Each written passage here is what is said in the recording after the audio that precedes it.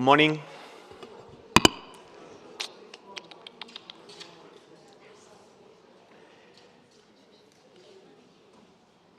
Good morning. Welcome, everybody, dear friends, dear colleagues.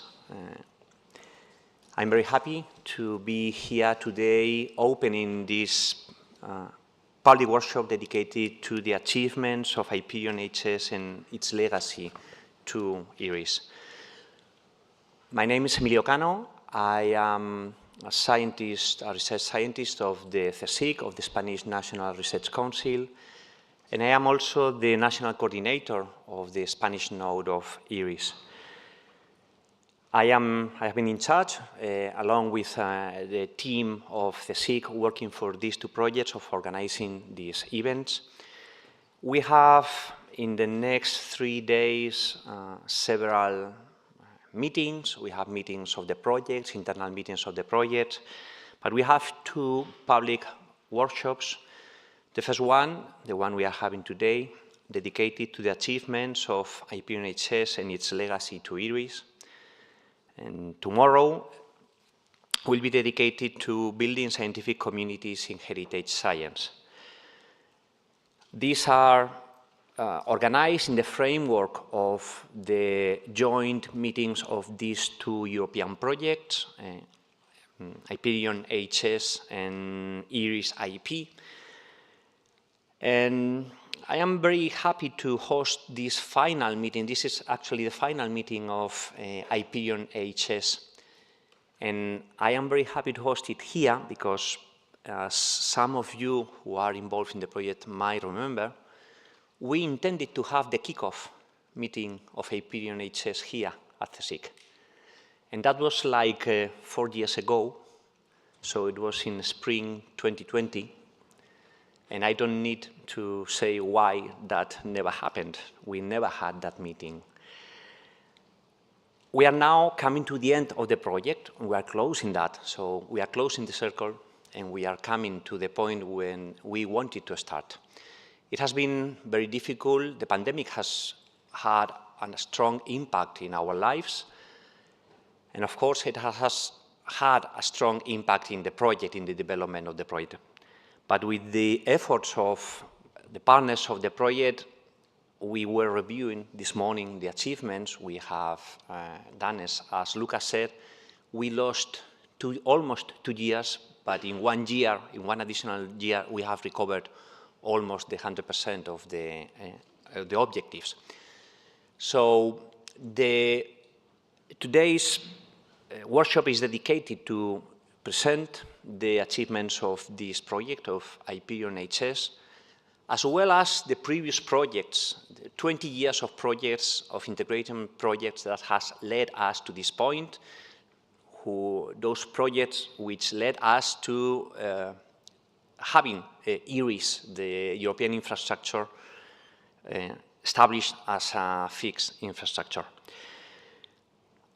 I don't want to take much time of this. We will have some welcome words by the Vice President of CSIC, the Vice President of International Relationships, Javier Moreno. Unfortunately, he is not able to be here with us now. He will join us a bit later, and he will then address these words. So we will change a bit the program. We will start a bit earlier with Lucas' presentation, and then when Javier Moreno arrives, we will have him giving it. So without further ado, Luca, the floor is yours. Thank you. And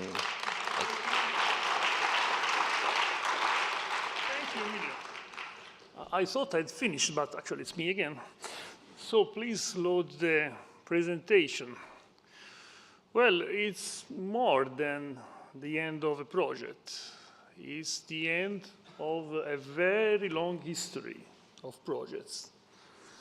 And contrary to what usually happens in this, we were here 4 times in the past.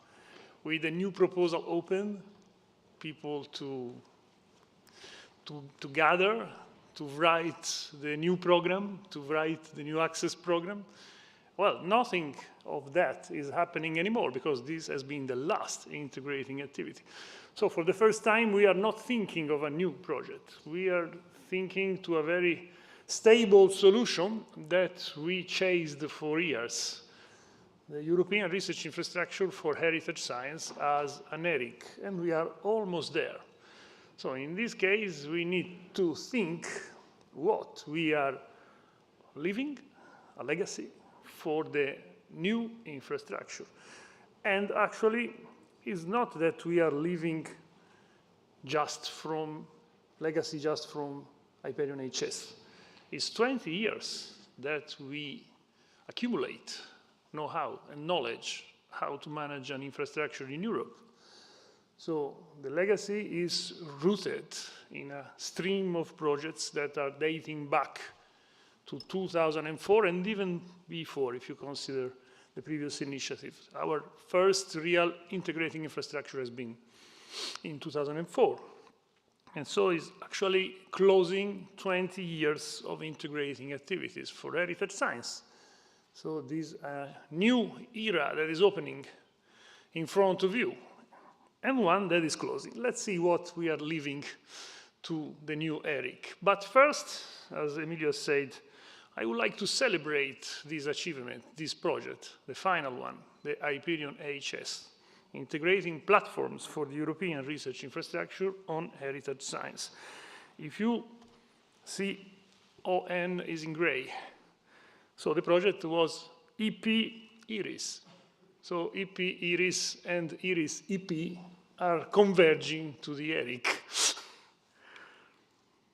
The community is one and the same. About this project, it has been the last one, but the more arrogant of all the projects we had. We tripled the number of participants. We tripled the number of providers. We had an outreach into the Americas, almost everywhere, Mexico, US, Brazil. So we had, in the end, 67 organizations to coordinate. This is ambition. We promise to deliver 3 million euro of access. I remind you that we also promised some in-kind, because the total cost of the project is higher than the contribution of the Commission. So we started working with the concept of in-kind services. Actually, the project was supposed to be a big final test for the future ERIC. And the mission of the project was, of course, to help the establishment of E-Rihs-ERIC, but also to enlarge the international community and to extend the community of users that we think will need to be served by E-Rihs-ERIC. And what happened? The disaster. We were supposed to be here April the 1st, 2020. In Italy, the first lockdown started March 23rd, 1 week before the starting of the project. So we already had the first steering committee. The first steering committee was before the beginning of the project, actually. It was in March 20. And then we had a very nice virtual project kickoff in April. So we practically were learning to use new tools to keep alive.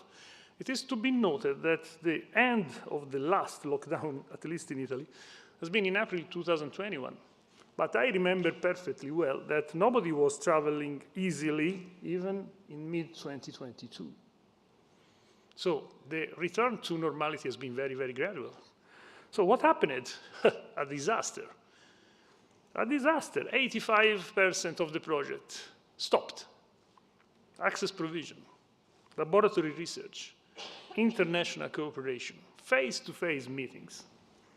5% of the project, outreach to new communities, was impacted, but we found solutions. The remaining 10% is green only because networking people were good to make it green. networking activities were possible. But remember, we had to change totally the way of making them. No more face-to-face, everything online. And we were so optimistic that we were preparing the calls in 2020. We prepared and we issued the calls for access. And people participated. That's the wonder of that. We were so optimistic that we asked only for 6 months extension. Well, at that time it was automatic. We were, all of us were optimistic. Then we had to reschedule everything.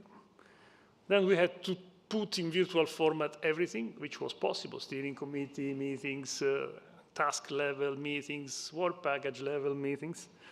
Then we had, with the coordination office, I have them in my agenda, daily meetings. We met with the coordination office each day. We had 14 steering committee in 2 years. 14. By comparison, we had 5 steering committees in the next 2 years. Normally, steering committees are twice per year. So that is how we try to keep alive the community and the project. The only way of meeting was Zoom. So we created access waiting lists that are still to be emptied, I feel. And we tried with remote access in the platform where it was possible, that is FixLab. So our motto was, do what is possible, postpone what is not yet possible. But it wasn't possible for a very long time because we had the first face-to-face meeting and it was the second annual. So 2 years gone, bye-bye. The real kickoff was in Evora. And the first in-person steering committee meeting. But I remind you that the third interim meeting, October 2022, it was again in virtual mode because the optimism was not that high in that period. So we stayed home again. I remind you that we attempted to reschedule the Pan American Conference for Heritage Science because it looked like it was possible, and then, boom, COVID again. And so we met for the third annual in Cyprus, again, face-to-face. And we were very, very, very pessimistic on this project in the Cyprus meeting. I remember it very well. But before going to Cyprus, we made a good decision. We added one call for transnational access, the 7th call, like the magic number. And this call practically saved the number of access projects towards the end, also because we were able to negotiate for an additional and final extension of 6 months. To obtain this extension, we require to you all total commitment towards the success of the project. And we had. So, people, this is for celebrating you and the fact that Iperion HS, which has been a nightmare in the beginning, it looks like a normal, successful project towards the end. It's up to you. I'm not the project. You, the community. So this is very promising. And so let's check what we have to transfer to our future. As I said, this is the stream. You can check the number of member countries and participating, and you see the evolution in 20 years. It's a famous slide that you all know by heart, I suppose. And so we are thinking today of this legacy that we are living since 20 years of activities is on us. The first obvious legacy that we are living is the roadmap, is the ERIC, and this has been like graduation day for the community. This was Amsterdam. It was March 2016, and that is me presenting E-Rihs to the S3 group, because we were just accepted into the S3 roadmap. So we had the chance to run for an ERIC. It's 8 years ago, not that much, and actually we are doing it, so we are even in time. But of course, this is the legacy of the legacies. What created the need of transferring legacy started on that day in Madrid. What happened since then? You are disregarding this because you are scientists like me, but we moved a lot of money. We moved a lot of money at national level. If you consider the stream of investment by the Commission is not reaching 30 million, maybe is in the range of 30 million euros in 20 years. This project has already moved more than 100 millions in national projects.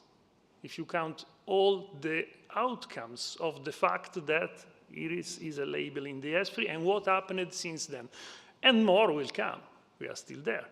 It's just the beginning of big national projects on E-Rihs. I suppose that with the ERIC, more will come of this. So the catalyzer of investment that we created with E-Rihs in the roadmap is a direct result of this community, and we leave this for the future. This is more on technical sides. I'm sorry there's not Mattia here today because he's been the man behind the machinery. We are living also a new definition of heritage science created by this community. So it's something that is the common base for us.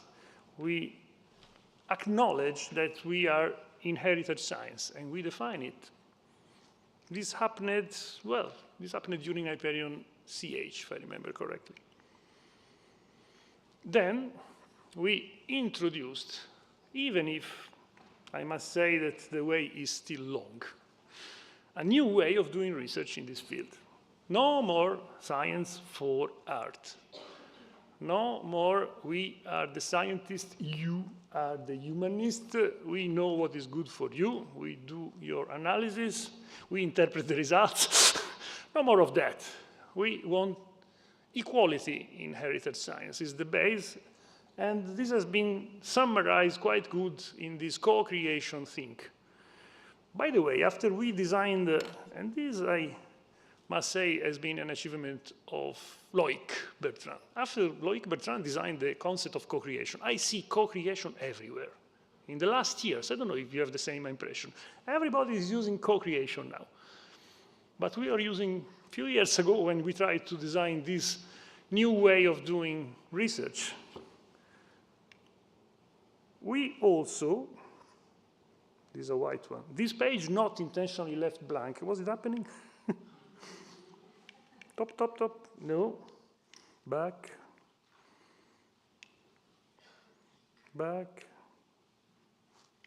Why this page is blank? It was not my presentation. Okay, imagine that you here have the table of KPIs that maybe is blank.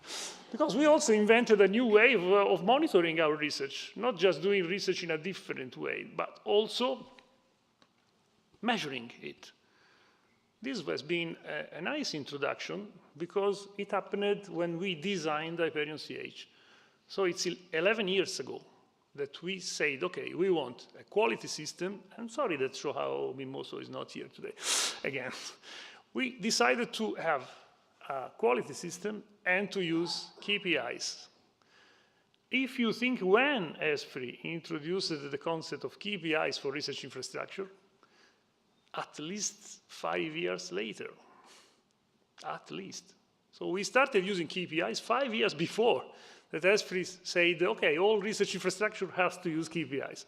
So we are advanced also in that, measuring what we are doing. Then I suppose there is another slide, but I frankly don't remember what is in the second missing. So I go to the third one. Well, the third one is the reason of being an ERIC. Finally, and with a lot of discussion on the need of having a unique peer review panel, a unique access. The definition of E-Rihs being a research infrastructure, not a huge network, lies here, in having a unified access point and all the services that we had to design and test to achieve the unified access point.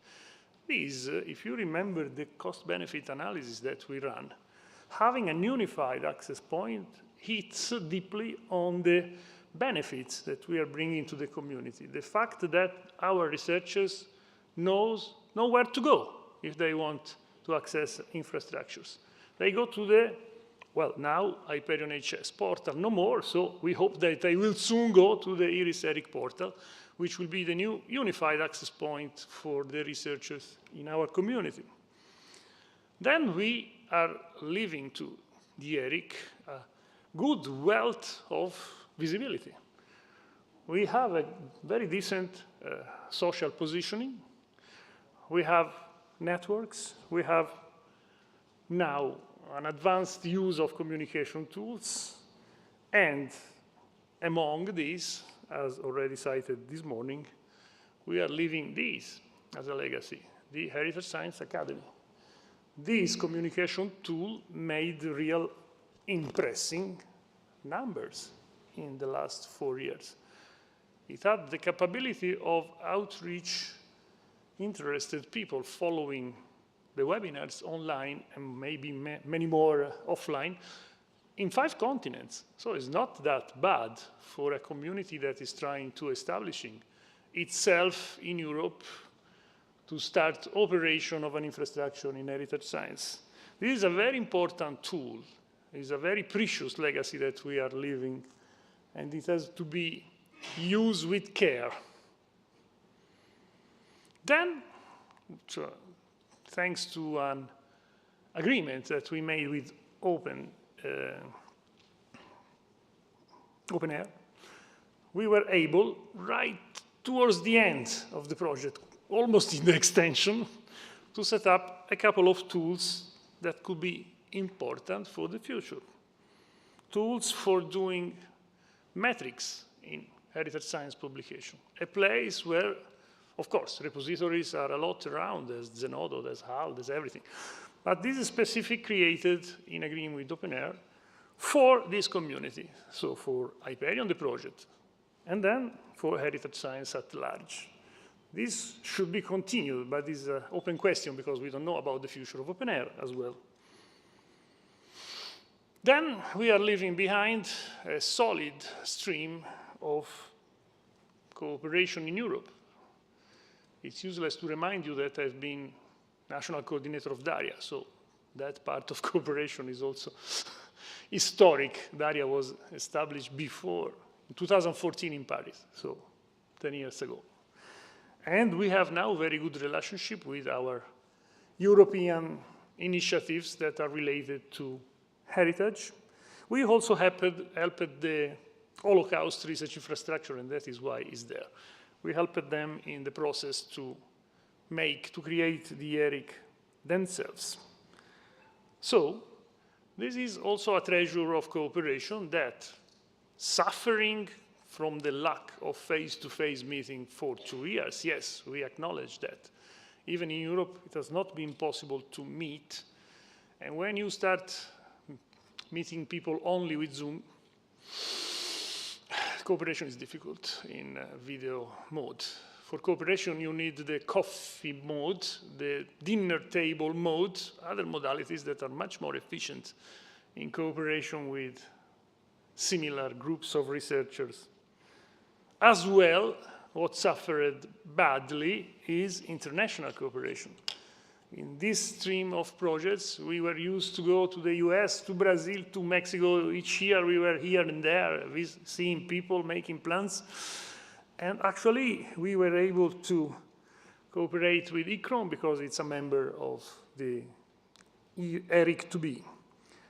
We had possibility of cooperating with Antecipa because of a different project that I will show you, and with Mexico, especially thanks to the Heritage Science Academy, but about our wealth of contacts that we still have in the US. It's been impossible. Impossible also happened things that are out of our control, the change of governance at the Smithsonian MCI, for instance, and the Getty that has been quite isolated by the pandemic. We had a very good relationship with the Getty, with Tom, but at a certain point they disappeared. Even our Brazilian friends were asking where they are gone.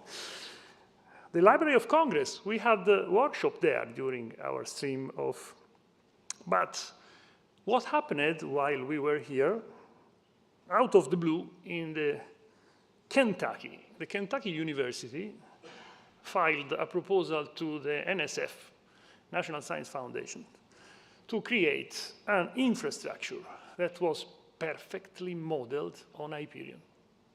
And they got 14 million euros. And this infrastructure is a use lab, and they are in the project. And they adopted as a model our structure, the MOLAB, the Fix Lab, the ARC Lab. You may have followed some result of them because they are engaged in the decryption of papyri with synchrotron radiation as well, things like that. But it's very interesting that out of the blue, in the middle of the US, someone is proposing using our model. This is outreach. And they are alive, so E-Rihs should need to find a way to have a relationship with them. We were able, and this is thanks to Spain, to maintain a good relationship with Brazil because we were in the RESINFRA-CELAC cooperation project. The RESINFRA-CELAC has been coordinated here in Madrid by Immaculata Figueroa first, and then Sabrina Gaialupo. And it's finished last year. I was here in Madrid at the final meeting. And this, notwithstanding the COVID and everything, has been kept alive by the existence of this project, and our relationship with the Anticipa group grew during these last 2 years. So it's against the COVID, we managed to have this very nice piece of cooperation, and this is a slide about the digital pilot that we had about data interoperability in electron microscopy. It has been also very interesting and difficult. But, my dear, the ultimate legacy that we offer to E-Rihs, it's you, it's the group, it's the community. You may remember this photograph. And so, well, let's have a look at the community. This was Artec. Artec, we were so young, it was 20 years ago. The beginning of Artec, 2024. You may recognize the meeting in Amsterdam, the one in Ormilia. There is a cheering Cecilia Frusinini at the National Gallery. We were measuring the Virgin of the Rocks. So it was a MOLAB of Artec. This on bottom right is a dinner in Amsterdam to a Portuguese restaurant. He's visiting the Linec and the Bruno in the center. Who else? And then we have Charisma. In Charisma, I was a bit astray of the group because I had my own deliverables, if you remember. And so I have less photos. But we are on the roof of the Aachen church. We are here in Florence, in Santa Polonia, and we started to seriously cooperate with the US. You see here Bruno, the National Academy of Sciences, and is presenting Charisma. As well, Cecilia Frusinini at the Library of Congress in this dark photo, and she's presenting Charisma. Then we started Iperion CH, and I have many more photos of this. You realize in bottom left is Maria Teofilatu at the kickoff in Florence. You remember the heat. Then we have meeting in Amsterdam. There's also a photo about Malta, the first visit to Malta to invite them to participate. Then there is Florence meeting, Amsterdam meeting. There is this strange group of 3 people in the middle. Then there is a visit to Brazil. Michel, you see yourself, top in Brazil. Then there is me, my birthday in Taiwan. So, and that is the group of Taiwan. Jim Shu is there. This is from Florence. This is an historic photo on the right. This is the signature of the Anticipa consortium in Brazil. The signature. The start of the Anticipa group there. You see Bruno taking a photo, and me taking a photo of Bruno taking the photo. Then you see José Luis, bottom right. And here is politics, my dear. There is a dinner in Odessa, and up is a meeting in St. Petersburg. See, this is the difficulties we face in global cooperation of E-Rihs. I hope they will be solved. Then coming to the last Iperion HS. Well, Evora. You see, we had only 3 face-to-face meetings. So the photos are not that many, but I managed to have it. And this on the right top, you see the Resinfra cooperation. You recognize it from the mask that we were moving during the COVID, actually. I was so brave to go to Brazil in November 2021. And then this is bottom right is me helping the Holocaust infrastructure. This is Evora meeting. And Los Tres Caballeros that you see here. I'm sorry for the stripes. They were not in the original presentation. Los Tres Caballeros in Evora, yeah. And last, permit myself to spend 15 seconds to someone that was with us and is no more.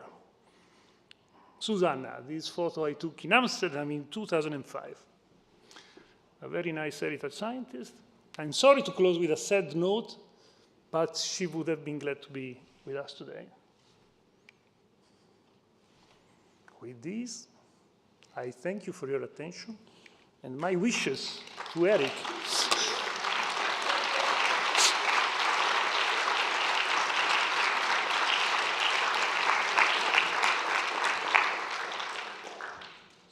Thank you.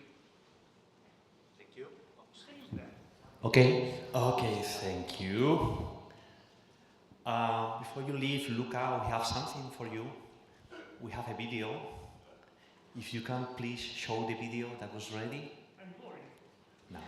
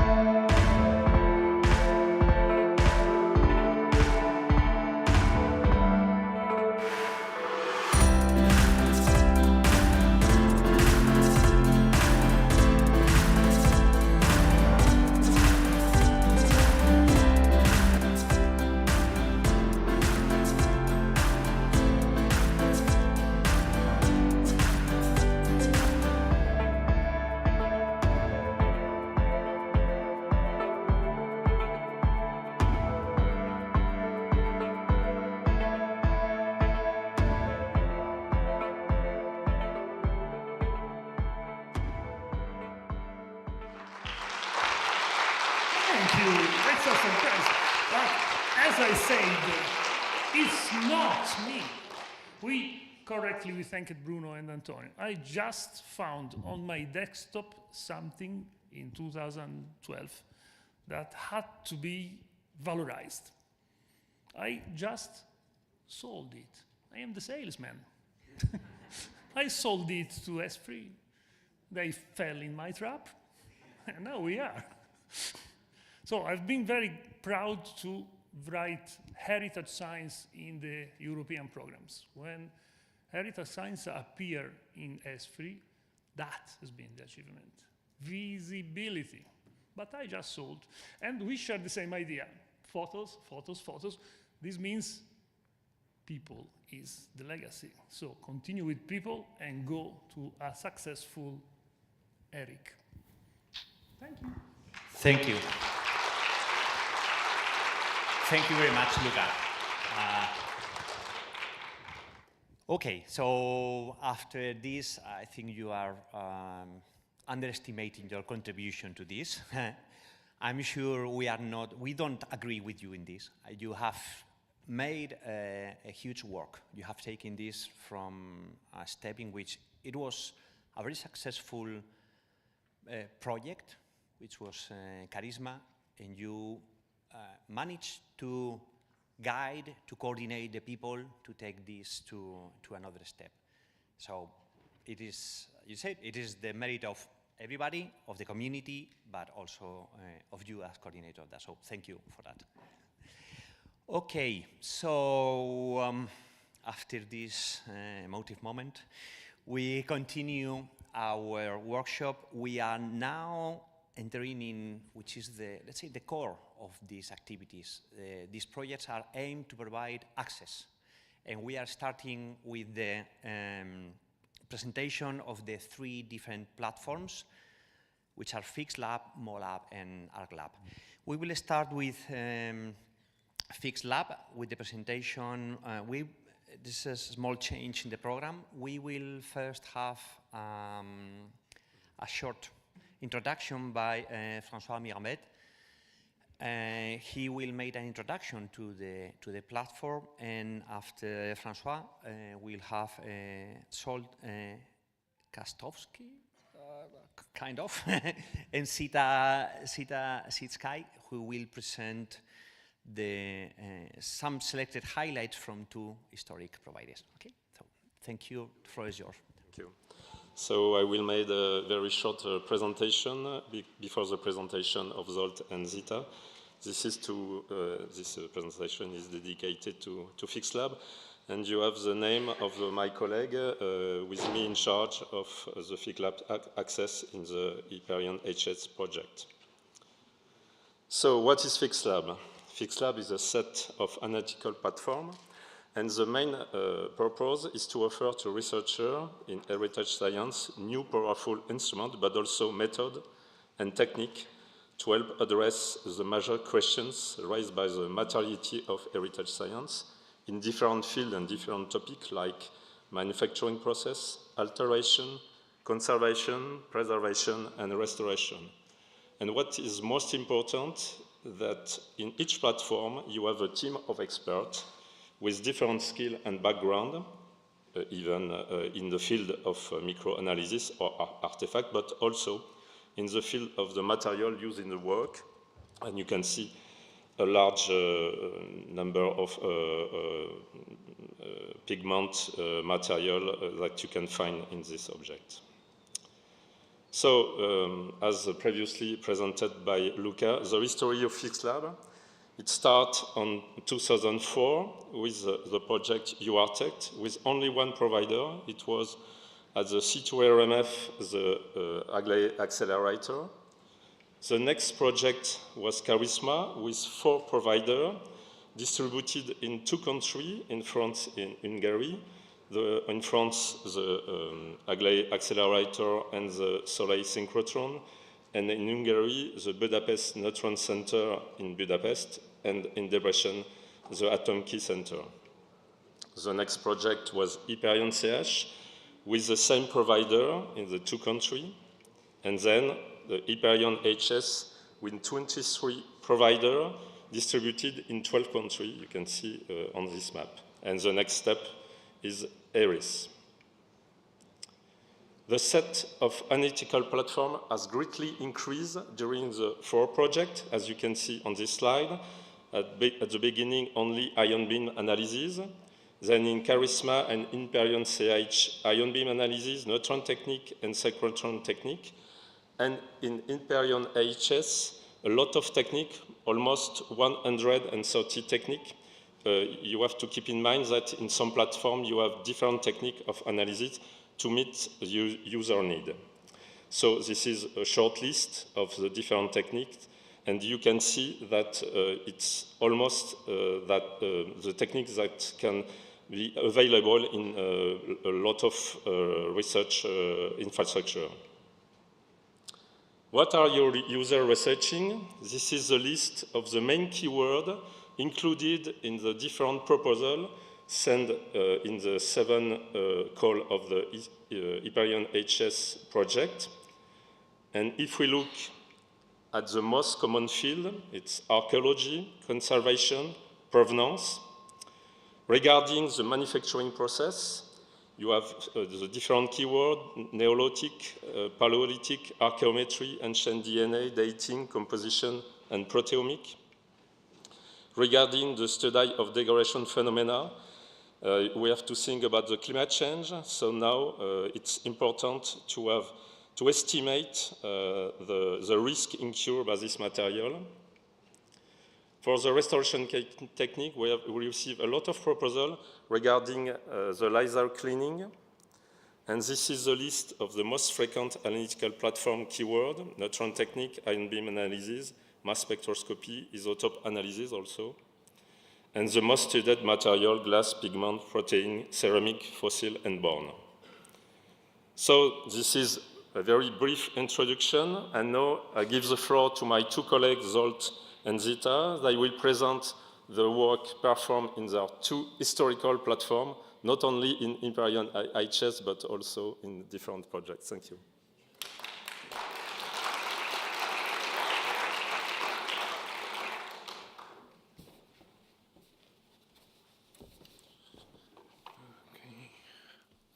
So, ladies and gentlemen, my name is Zsolt Kasztowski. I work, how to start? I work at the Center for Energy Research in Budapest, which operates the Budapest Research Reactor. Together with my colleagues Zita Szikszai, we will present you the participation of Hungary in the last 3 European heritage science projects. Right.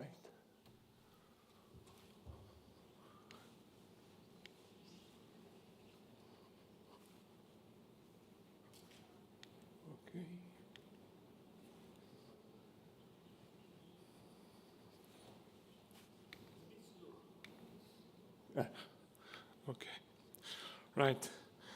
In the center of this slide, you can see the map of Hungary and the 4 major institutions which will belong to the E-Rihs Hungarian Consortium. I have already mentioned the Budapest Neutron Center. I work there. And the Wigner Research Center can be found on the same campus in Budapest. And I have to mention the Hungarian National Museum, the major Hungarian museum, the most important one. And the second part of the Hungarian hub, also the very important part is in Debrecen. This is the Institute for Nuclear Research. Shortly, you can call it Atomkey, which operates different laboratories connected to accelerators. They can do elemental analysis with pixel. Zita will tell you about later. Oh, sorry. Yes. In Budapest, at the Budapest Research Reactor, we use neutrons for analysis. Why neutrons? I try to avoid detailed physics, but neutrons can penetrate deeply. Oh, the photo is not good. Neutrons can penetrate deeply into the sample, and we can obtain compositional or structural information from the material we investigate, just very shortly. And most of the methods are non-destructive. Oops, my God. Here you can see some instruments which operates around the Budapest Research Reactor. Some of them are for elemental analysis or isotopic analysis, like instrumental neutron activation analysis or from gamma activation analysis. The others are for imaging. Similarly to X-rays, neutrons can be used for performing images of objects, 2D or 3D imagings. We call it neutron radiography or neutron tomography. Other methods can explore the structure of the materials. These are the neutron diffraction or small angular neutron scattering methods. And there is one instrument called NIPS Norma, it's an abbreviation. This instrument combines the elemental analysis and the imaging of large objects. In the next slides, you can see some examples, very interesting examples. Oh, unfortunately, the photos are very poor now. So in this project, it was performed in the Charisma in 2011. 3 small iron beads, which you cannot see now, unfortunately. 3 small Egyptian iron beads were investigated. And these were 5,000 years old, found in a grave of an Egyptian leader. And the question was whether this bead was made of meteoritic iron or terrestrial origin iron. And based on compositional studies, we proved that this is made of meteoritic iron. Additionally, we did neutron radiography images of the objects, and it shows the structure of the objects, and we could find out how they were produced.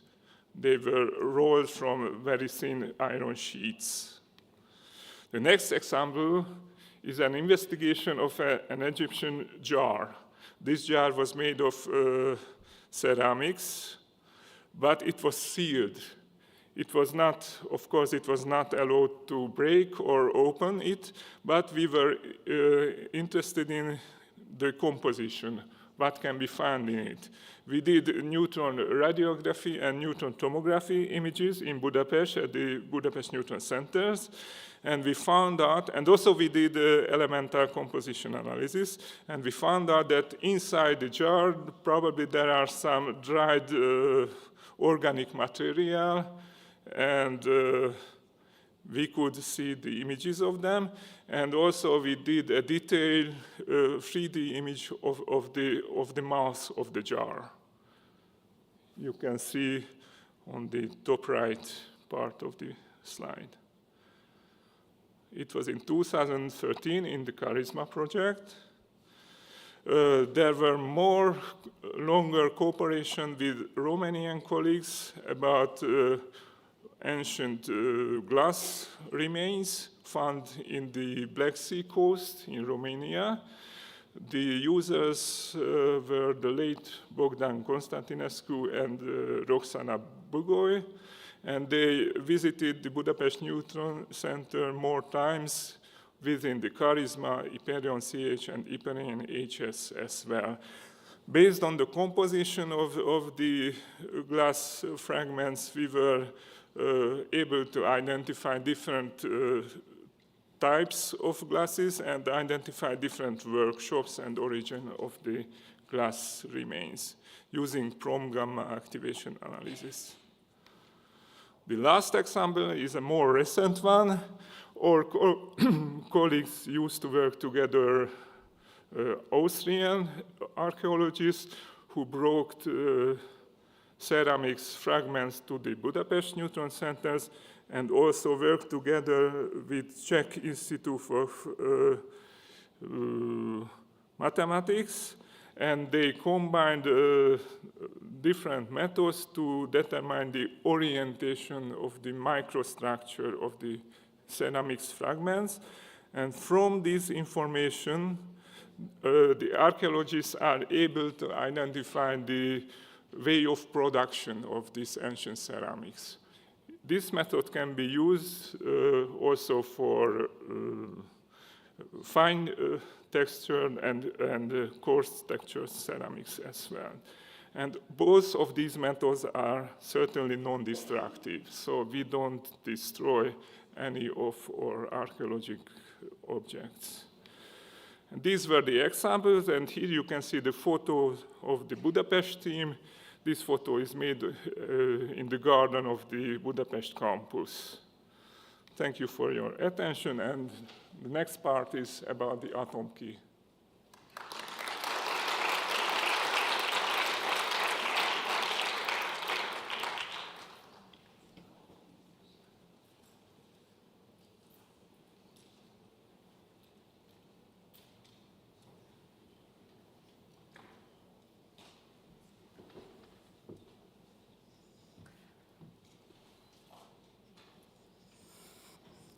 They will change the presentations just to ensure that the photos will be good, because something happened.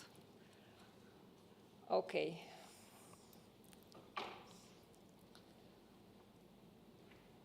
Why the technical staff changed the presentation. Atom Key has been doing ion beam analysis within this community. We entered the same time. Sorry? Okay. And it should work. Okay, but which is 2? But this doesn't work. Okay. So we go through the, and hopefully you can see the photos of Zsolt also. So, okay, so this one. So we have been conducting ion beam analysis. We started also within Charisma and continued to Iperion CH and then HS. Ion beam analysis serves to determine the concentration and distribution of elements. And as such, it sometimes competes with, sometimes complements other techniques.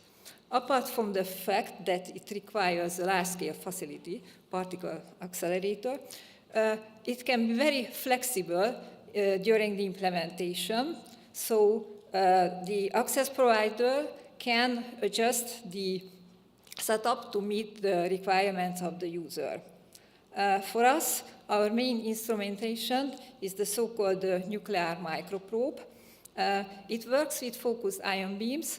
The analysis can be done in vacuum or outside vacuum, and one can detect various types of particles. And this detection gives information about the material.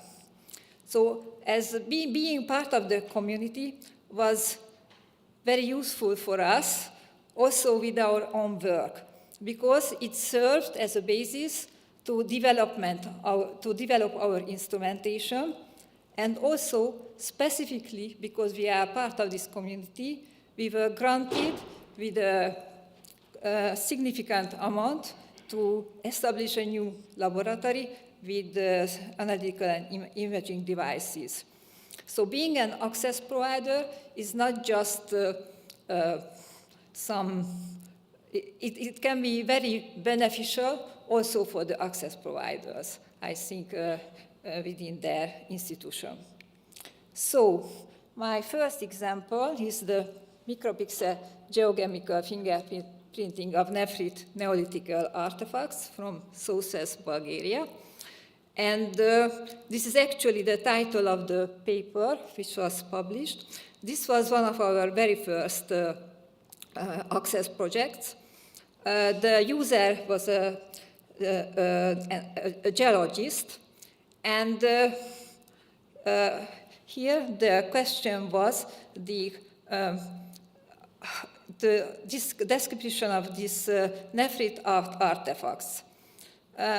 When you have this kind of access projects, most of the time you don't have the most valuable objects, but often you get some smaller objects or less valuable. But still, these are very interesting, and the analytical data can serve the community very well. So here we had small axes and chisels from 3 sites along the Struma River valley. The Struma River is originating somewhere close to Sofia and goes down to the Aegean Sea in Greece. So the Nephrit is a calcium silicate, so the composition is usually known, but the specific details of the composition can give information on possible sources or the geological conditions for the formation of this material. Here we use the nuclear microprobe. The beam was focused down to 2 micron, and we measured both the bulk material and the inclusions. For us, the bulk is not the entirety of the sample, like for Zsolt, but the part which is not in the inclusions. So we had three sites, and the result showed that at least two different sources were used. And also, some similarities were found between the early and the late Neolithic, so it confirmed the continuous use of the same or similar material.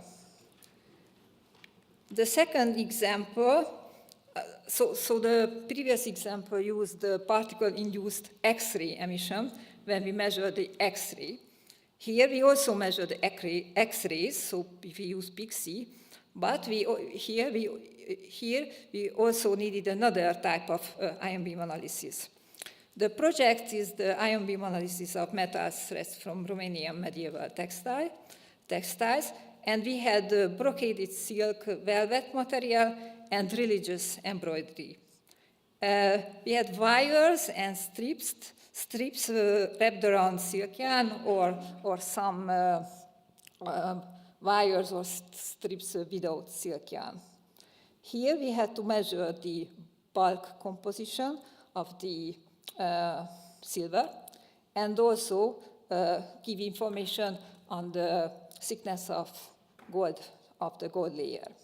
So for that, you can either use PIXI with some layered sample settings, and also this technique, which is called reservoir backscattering, when you use a helium beam, so not your usual proton beams, and you can access the layer directly. And here we could determine the layer of the gold of the gilding also by PIXI and confirmed by this RBS technique.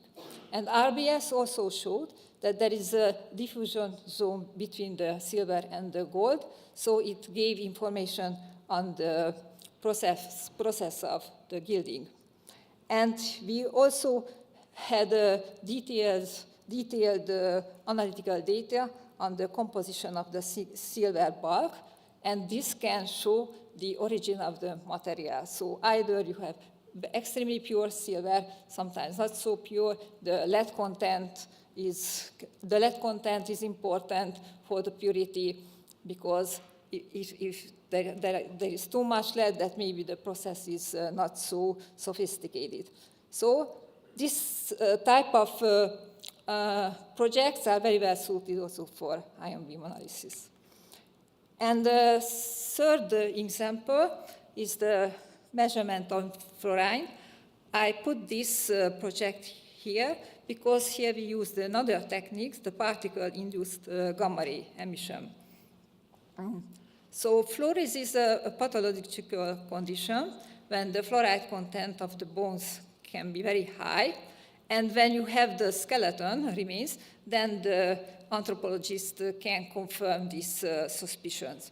But here, the samples were from cremation remains. So here the the suspicions are not so obvious. So one has to measure definitely the fluoride, which is not so easy, but this particle-induced emission gamma ray technique is very well suited to do that.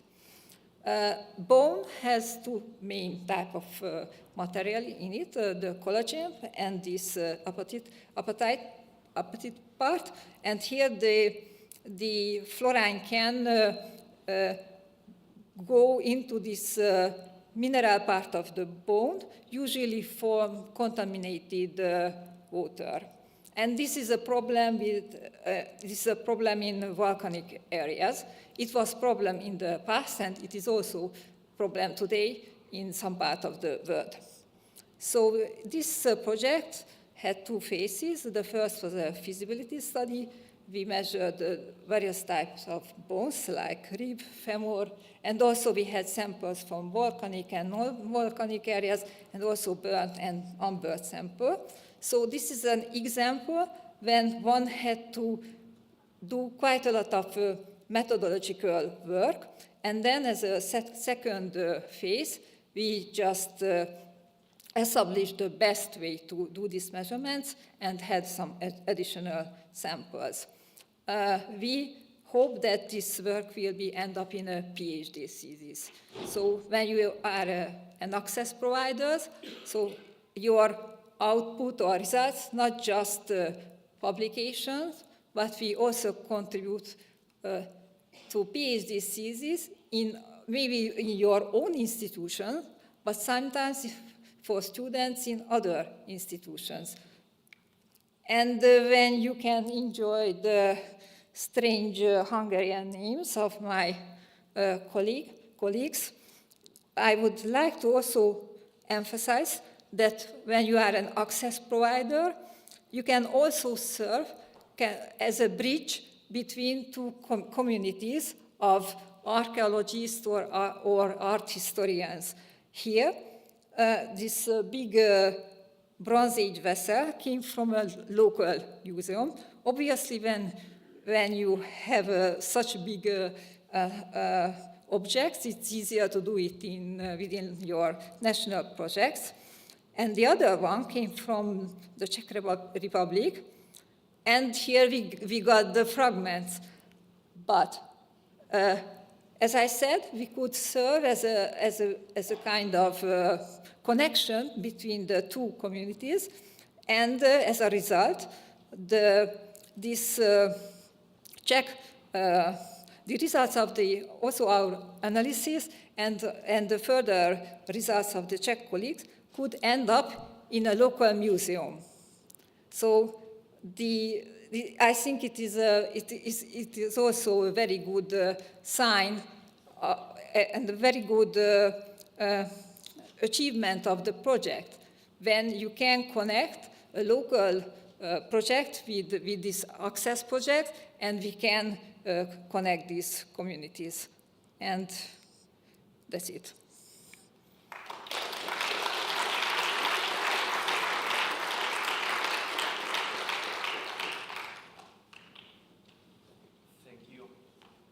Thank you very much, François, Told, Sita, for giving us this nice overview of the Fixed Lab development, as well as very nice examples of the applications in different fields. We move now to the next presentation that will be given by Maria Martin Gil from the Spanish Cultural Heritage Institute, who will be presenting another of the platforms we have, which is ArcLab, and she will present it, introduce it, and present the title they have given is How to Join Experts and Researchers Through Archives. So thank you, Maria. Thank you very much. I will wait for the presentation, please. ¿Me podéis poner la presentación? ¿La 4?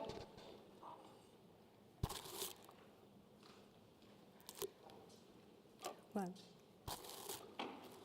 in the meantime, thank you to all of you, and a special thanks for our colleagues in CSIC for this excellent organization. Okay, let's go. Well, I will present the ArcLab platform, and it's an honor for me to present this because it's been a great experience and very interesting project. I'm in the place of Hilde de Cler, as she's the coordinator in Iperion HS and also in Iperion CH for the ArcLab platform, but she couldn't come to Madrid, and as I am a ArcLab provider in Madrid, I couldn't run away too far, so that's why I'm here. But, okay, we'll present what's the platform, then a little bit about the history and some examples, some success stories. Well, the ArcLab platform, you can see, provides the access to collections and data in prestigious European heritage science institutions, such as museums, galleries, and research institutions. We are talking about very important institutions that have been working in this field, in heritage science, for many years, for decades. And therefore, they have a lot of data, a lot of interest information.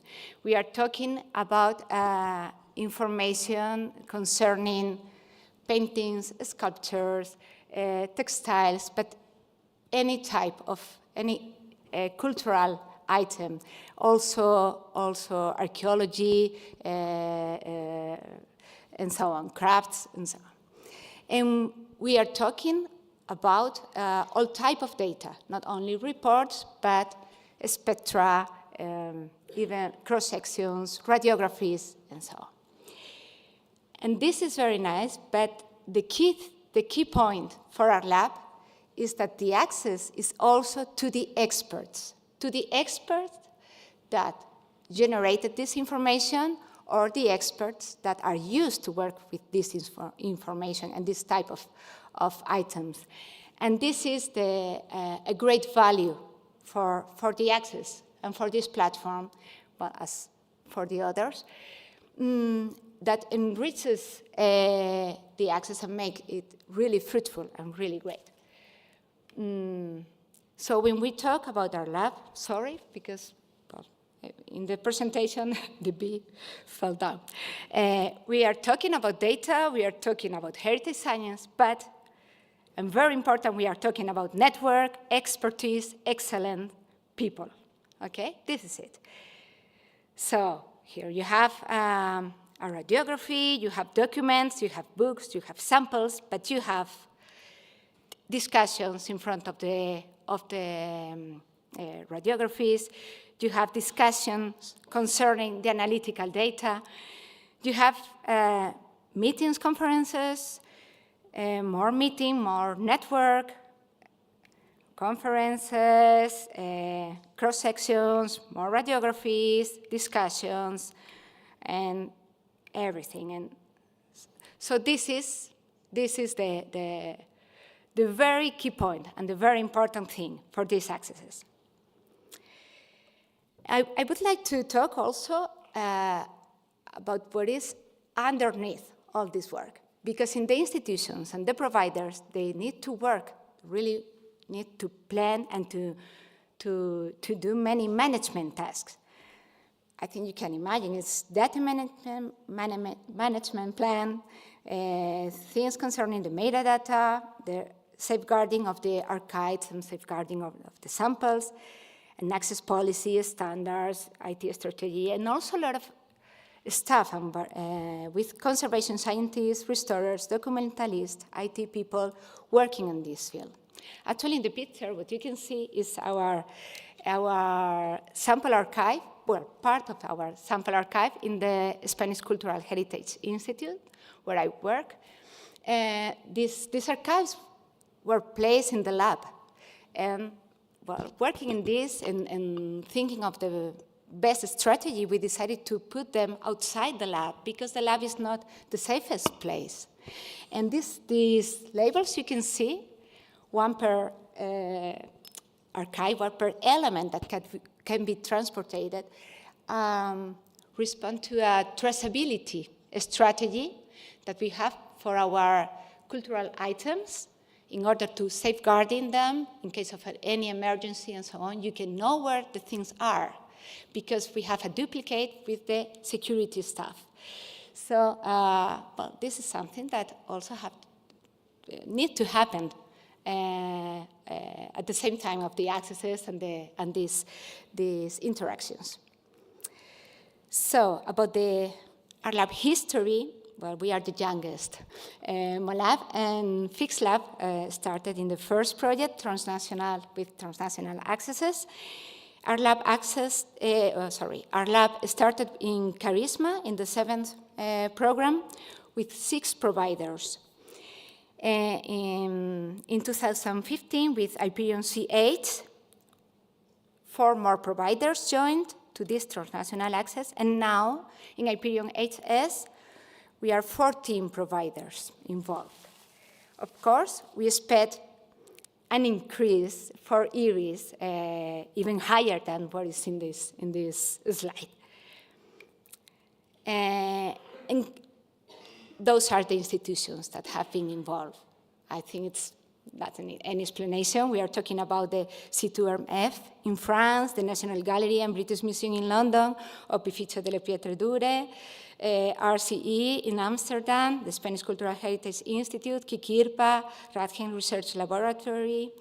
Very, very important institution with a very long, deep, and important trajectory in this field, in the field of heritage science. And recently, for Iperion HS, new institutions joined, and some of them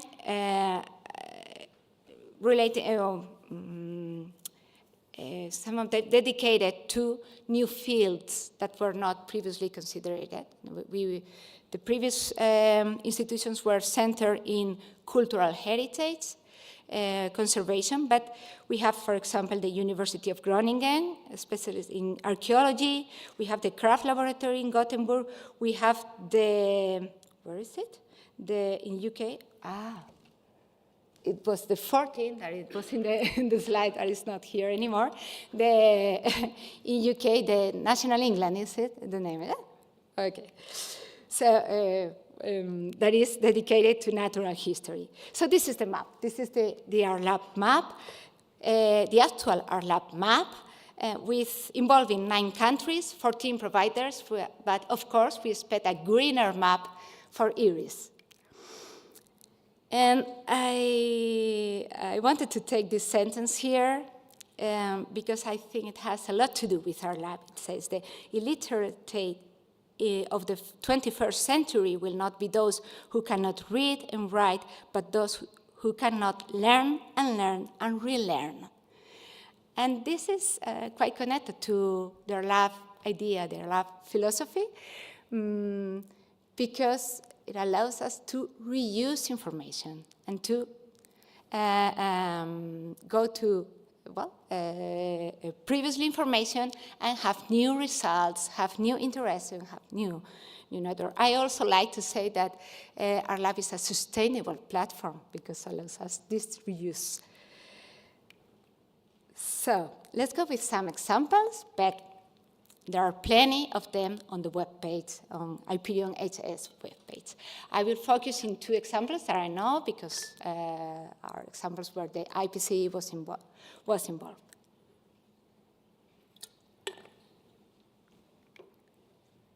Okay, the first one is this one.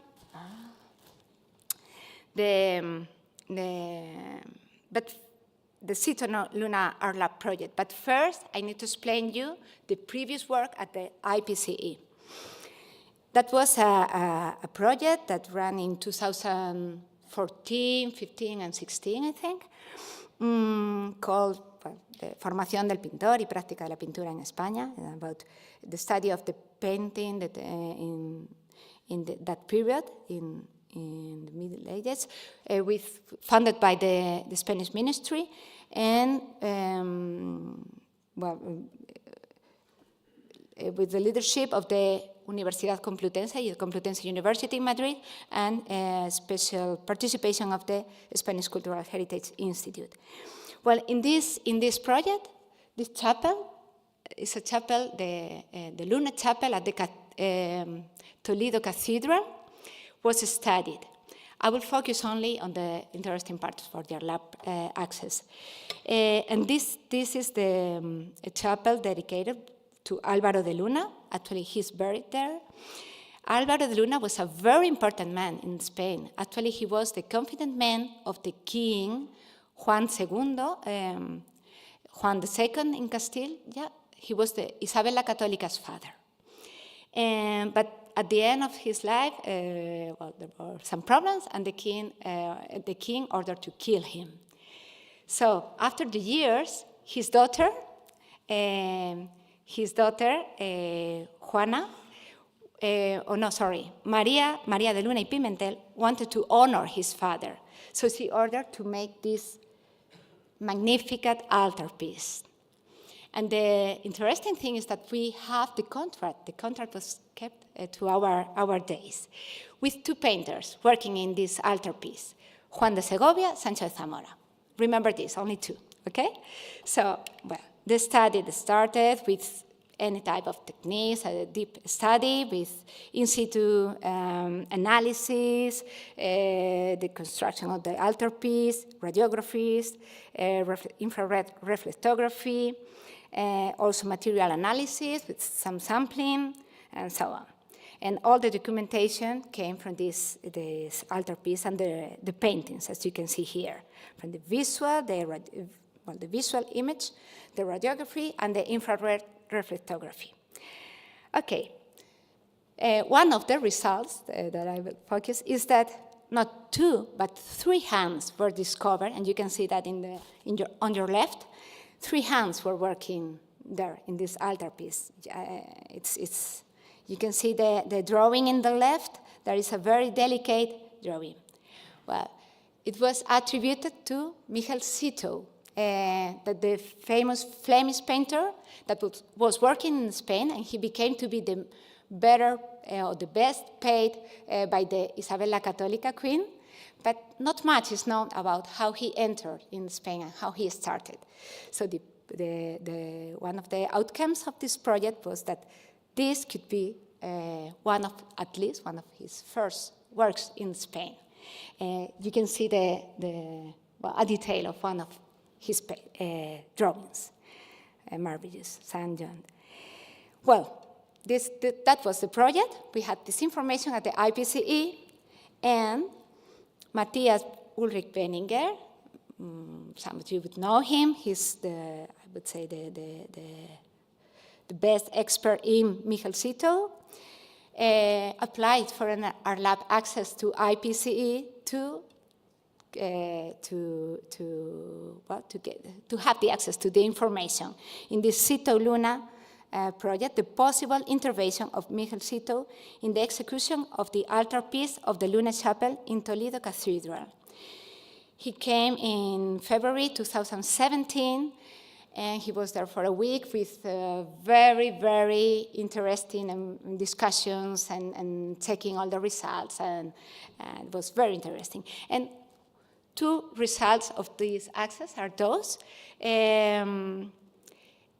The first one is the catalog of this exhibition in the National Gallery of Art in Washington about Michel Citeaux, where Matthias Benninger mentions their lab program and the Iperion HS project. And the second one is a publication, it's in Spanish, with the results of the project and a chapter by Matthias Benninger. So, yes, our lab, the project was very interesting and had very, very good results, but with our lab, there was like a multiplier effect in some way. So it's very, very interesting. Okay, let's go with the second example, Durable Splendor project. We have here Ineke, that knows the project very well. But now, Jan van Dal from the Utrecht University was visiting IPCE last June, in June 2023. He's studying objects and he will tell us. Objects that last, and splendor objects. And in IPCE, we have a lot of information about some reliquaries and pieces, similar pieces. ¿Me podéis poner el vídeo? So we have a short video, 1 minute and something video, with Jan van Dal. I'm an art historian working as a PhD candidate at Utrecht University in the Netherlands. In Utrecht, I work at the ERC-funded project Durare. And within Durare, we look at the durability of artworks, making things last as long as possible. Within Durare, I specifically look at medieval art, particularly the medieval art that was made to shimmer and shine in the light. Splendid art. If you combine durability and splendor, you have one type of object that is ideal for me, the reliquary. Reliquaries are made to keep holy relics safe and also to enhance their beauty. Reliquaries are also the reason why I'm in Madrid this week. In Spain, there are plenty of reliquaries, and there's also been a lot of research done. This research is not always published. That's the reason why I'm here at the Institut Patrimonial. I'm here on an art lab. It's an initiative that allows you to go and visit institutions where they hold that type of unpublished documentation about artworks. What am I specifically interested in those unpublished documents?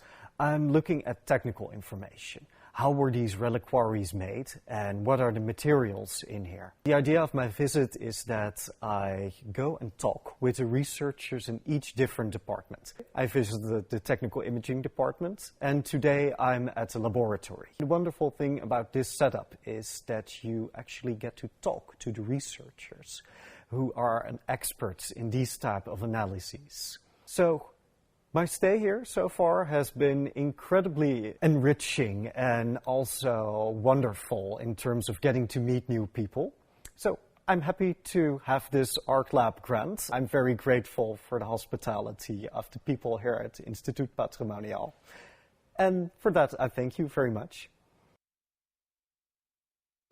Gracias. Volvemos a la presentación, por favor. Okay. Well, I think it's he explains our lab experience very, very well. So I hope that with this presentation, you get to know how our lab is an excellent opportunity to join experts and researchers through archives. And I'd like to finish with this sentence. It's in Spanish because if we try to translate into English, it doesn't sound so well. We say investigar para conocer, conocer para conservar. We will keep on doing this. It means research for increasing the knowledge and having this knowledge for conservation of our heritage. Thank you very much.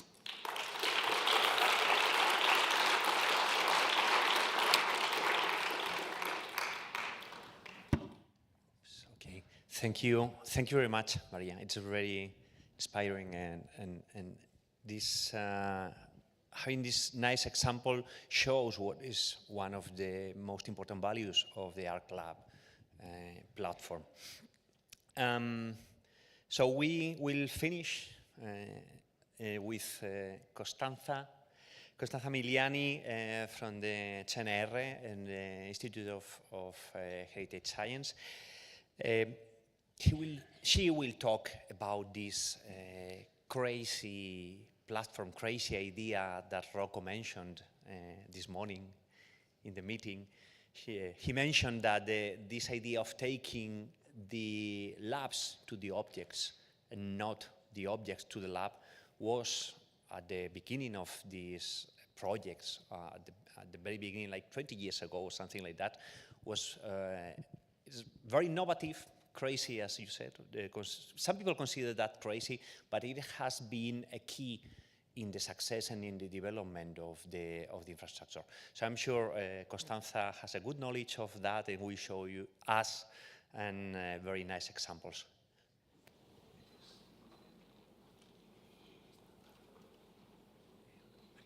Oh, sorry. So good morning, everyone. It is my great pleasure to be here today and to make a journey on the MOLAB adventure. It has been crazy, that's for sure. And we started this idea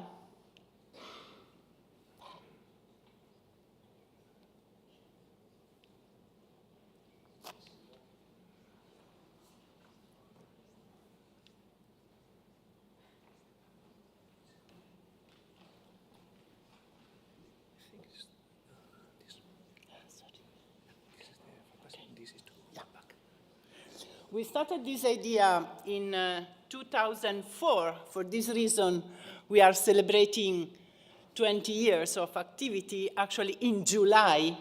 And July 2004 was the first MOLAB in France. We started with this idea during the preparation of the proposal for UARTEC. And it is true, we decided that it was worth to propose to the Commission to have a new type of access platform, a mobile access platform, because this, we thought, was the needs of the community. Although in that period, as you can see here from this number of publications, if you put non-invasive, in situ, and cultural heritage. In 2004, there were very few publications with this type of instrument. There was the idea that to have a good knowledge of a material in artwork was necessary to have sample. While we decided to have the capacity and the development of instrument and knowledge to acquire understanding of material with the same intensities as in sample, but with a non-invasive approach. And as you can see here also, actually this method and this approach gain success, and now we have about 100 of paper with the same 3 keywords per year. So this started in Italy, started at Perugia University, and there is in the life of a person, in my life, the very good moment when you are a young researcher and you have 2 mentors that has a vision. And so with the vision of Brunetti and Sgamellotti that have been mentioned, we decided to build this laboratory. We started with the methods that are spectroscopic methods, typically used in the lab, but in a non-invasive version.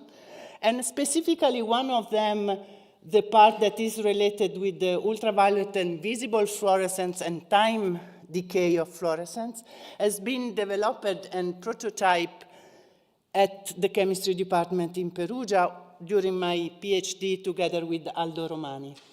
And so we started with this idea to have really information on material composition, but non-invasively and in situ.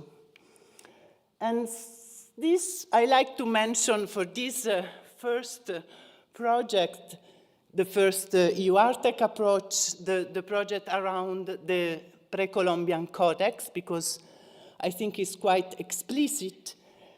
And the pre-Columbian Codex are only 16, one more, one less. They are mainly in Europe because they were sent to Europe from Mesoamerica as a gift to the king that were paying the mission there.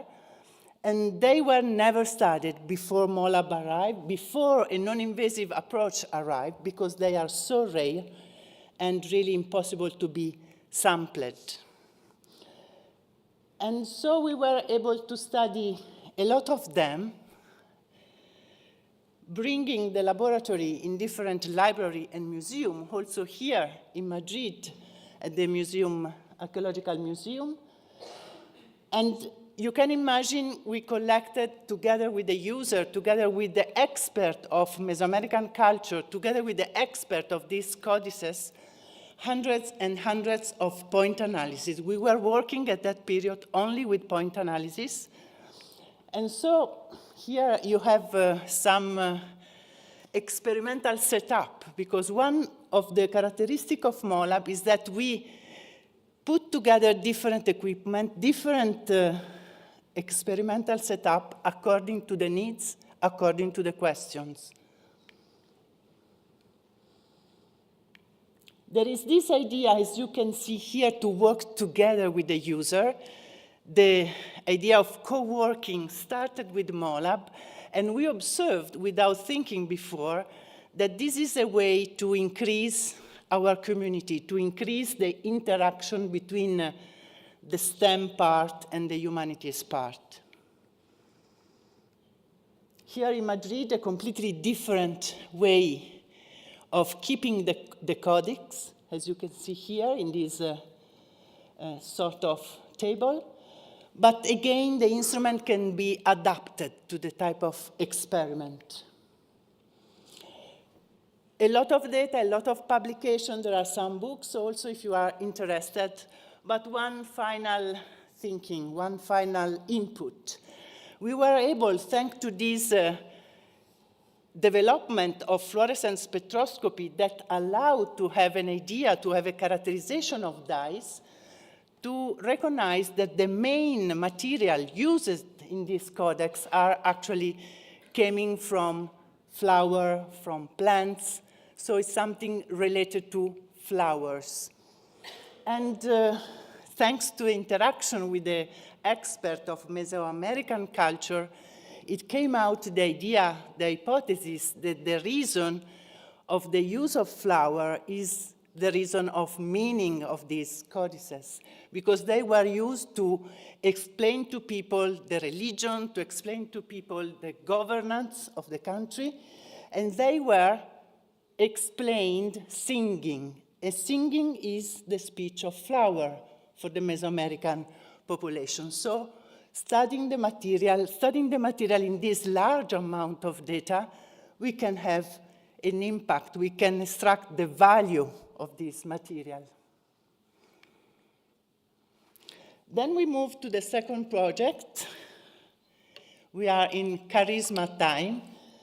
And the success of the first project make possible to have also the French colleagues coming in MOLAB with their own expertise. We introduce X-ray diffraction, portable version. So again, the capacity to get a lot of information from a non-invasive way. And also scanning reflectography. And an example for this is this project by Iwona Schmelter, a very important art historian from Poland that was then very interested in the infrastructure project. She was also one of the referees after this experience as a user. And again, we are looking for material and material that inform technical art history. Here again, an image to see how many points we were collecting. So really point analysis means collecting hundreds and hundreds of points with different technique, following the idea of the user, following the needs, following the question, so working really, building the experiment together. Again, some example of the different setup. Really, it is an advanced laboratory that is installed in a museum. And this is something that now is quite obvious, but at that time was not so obvious to be able to recognize exactly the palette of a painting without sampling. Also recognizing different type of blue, the distribution, and with exact knowledge about this painting, this pigment, because we are combining elemental spectroscopy with the molecular spectroscopy and X-ray diffraction. And here, just to mention the fact that with the introduction of multi-near scanning reflectography, it was possible, I don't know if, it was possible also to bring an enhancement, an enormous enhancement in art history. As you can see there, this is the image of the scanning reflectography collected by our instrument from INO. And you can see the advancement of detail and quality of the image with respect to the one the user were typically studying. So the idea to have new equipment with new capacity and equipment that were invented, Luca, right? Just for this reason. They were built to have a better performance in revealing the underdrawing. These, together with other results of MOLAB, are in this book, Science and Art, the painted surface, so you can follow there the results of MOLAB. Then we arrived to the third project and a further step, including new provider, the fourth, the Nicolaus Copernicus University. Where is Piotr? And also Aachen University. Why? Here was the portfolio of MOLAB in the previous project. We decided two directions. The first direction was going toward hyperspectral imaging, so to be able to have an image that is the sum of single spectrum, so with the same power of single point analysis, but with the information coming from an image. And also to be able to study an artwork behind. And this was the results of the joint research activity of the previous project of Charisma. And this is a sort of virtuous circle we pass through the different projects. Research is developing new equipment, new method, and these were introduced into the platform.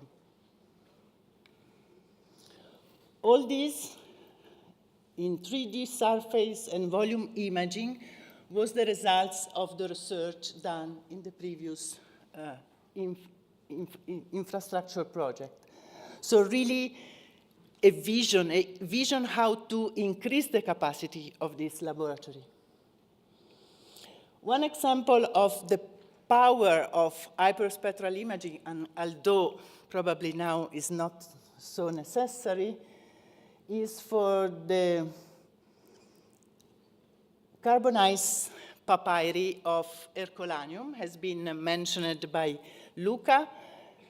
And in the case of the Kentucky laboratory, they are studying the rolled papyri. I think I have an image here, using synchrotron experiment with tomography in contrast tomography. While in this MOLA project, the user, that is a papyrologist, he's not a scientist, asked the mobile laboratory from France, the CNRS counterpart, to study something that were obtained from this machine there.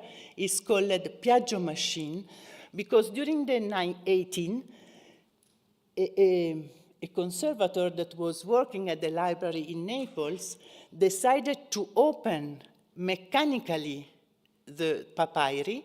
So we have now a lot of rolls that are in this situation. They were mechanically opened, but still not readable. But using infrared spectroscopy, and especially in hyperspectral mode, it is possible to see something. As you can see here, this is on the left a normal image, a technical image with a filter.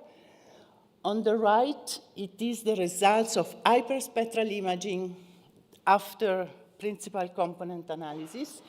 And you see that the definition of the letter is much higher, and it is also possible to read the verso. So this is enormous impact for the people that are studying this manuscript. There we have the early Greek philosophy, so it's something absolutely exceptional. And here we can read the original philosophy written at the Greek period. This proof of concept has been published in Science Advances, and is a proof of concept because then the PI of this MOLA project applied for an ERC project. He got an ERC project really with the idea to combine the philology with a non-invasive and portable method.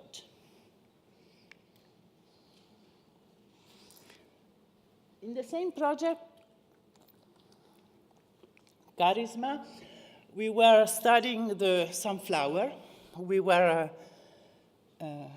asked to go to Amsterdam several times, actually, by Ella Hendricks as the first PI of the project, and Koen Jansen, that you know all. So the project, this MOLA project, was to combine information that were gathered from sample with information that can be obtained non-invasively in situ. And this is also a long story. There are a lot of publications around this project. And again, we applied spectroscopy in point analysis and some imaging, as you can see in a moment. This is a map we built from point analysis and linking the knowledge we had from sample to the knowledge acquired directly on the painting. And is a map that is telling to the conservator the risk of the different lead chrome yellow, because we learned that this lead chrome yellow has a different tendency to go toward reduction, so means toward change of color. And so we were able to make a sort of map of risk, but with point analysis, and also combining Raman spectroscopy, X-ray diffraction, and visible near spectroscopy. We were asked to go another time for a project more oriented to conservation, because the laboratory there were asking if was the case to remove or not a varnish.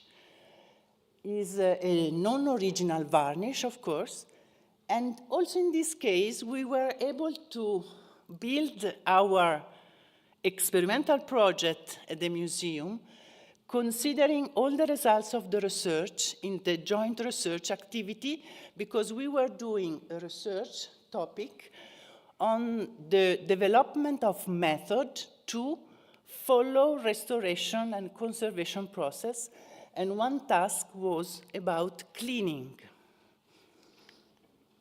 These are some hyperspectral that we were asked to do, also in combination with this risk map to understand which is the rule, or if there is a rule, with the other pigments in combination with lead chromate.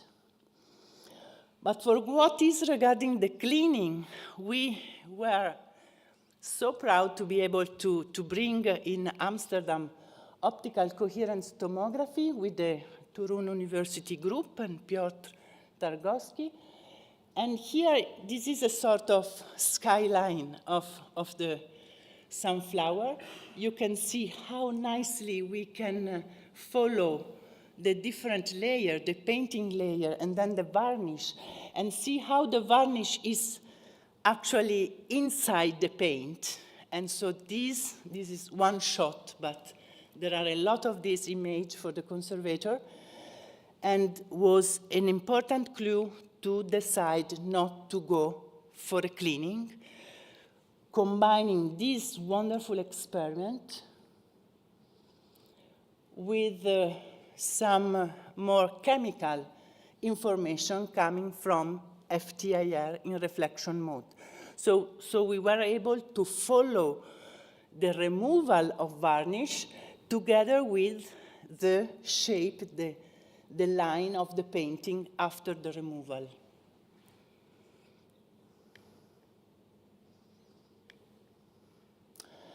And then we arrive at the final project, Iperion HS, following the input of the coordinator. We decided to enlarge a lot the number of providers.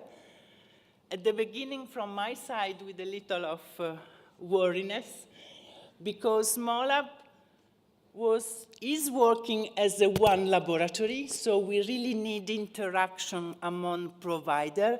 We really want to be one laboratory that is organized with different instruments and different providers according to the type of question.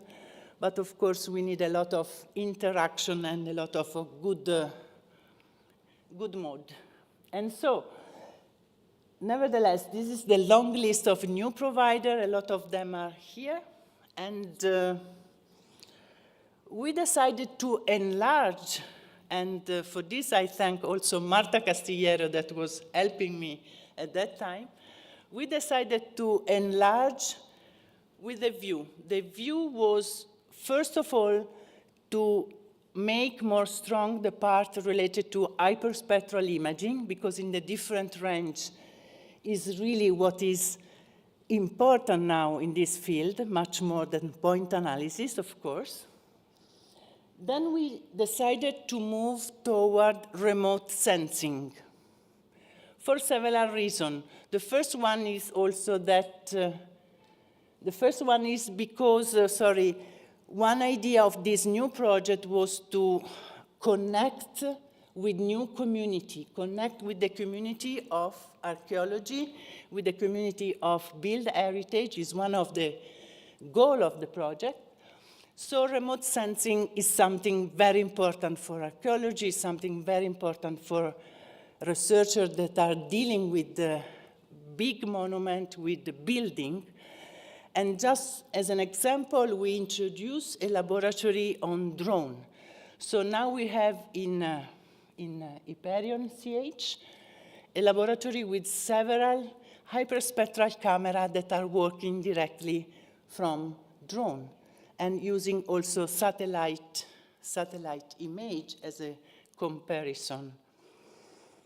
Then we also decided to introduce other new point analysis that are those important for conservation. So we also realized with the other project that the needs of the community for the part of restoration conservation for a mobile laboratory is very high. So we decided also to go in this direction. We introduced Evora laboratory, selecting from them these high capacity and high competencies in biochemical information from the degradation of objects. I have a couple of examples of the new project. Not all the data have been already analyzed. As you can imagine, having different laboratories working together is also very challenging, the part related to comparing different analyses coming from different labs, but on the same object. This is an absolute capolavoro. Is one of the main archaeological discoveries of the 20th century. Is in Greece, Vergine. Is the tomb of Philip II that is the father of Alexander the Great. Is underground and is very difficult to be reached. So we really move with a completely way to work from museum to an archaeological site, and a very specific archaeological site. You can see there the scaffolding, and we were doing on this scaffolding hyperspectral imaging in the same way, the same instrument that we are using for a museum, but with some adaptation for this specific experiment.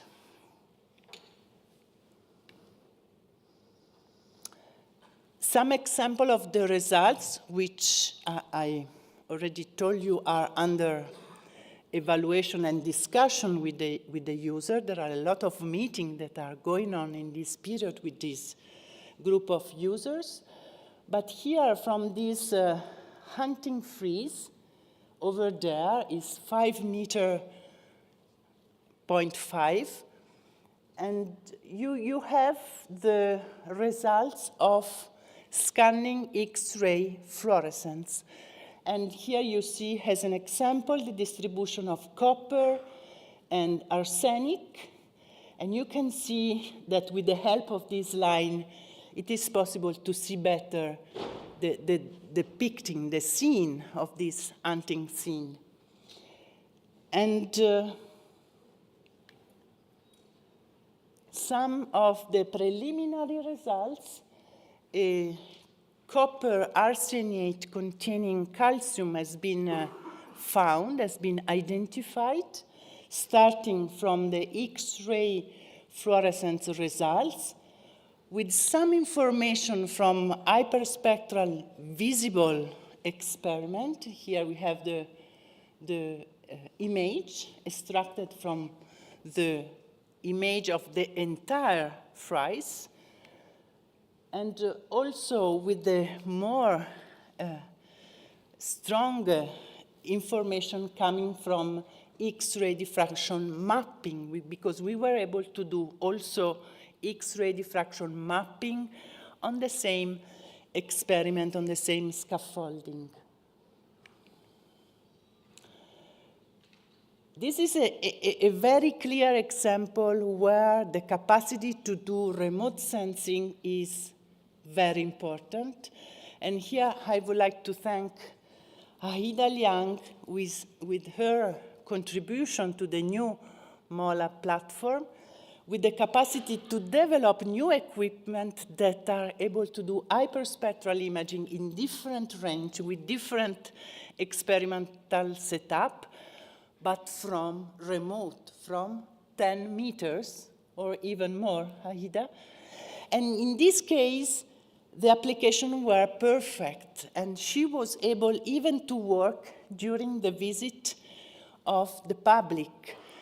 And some results, still preliminary results. This is another very nice experiment. The laboratory was able to do Raman spectroscopy from remote to a glass. The glass is protecting the entrance of the tomb from the public. Can you imagine Raman spectroscopy that is already a nightmare in laboratory and then a nightmare in situ? And we are able, thanks to this capacity, to collect spectra from remote and even from a glass. And here is the frieze collected from far with the public there.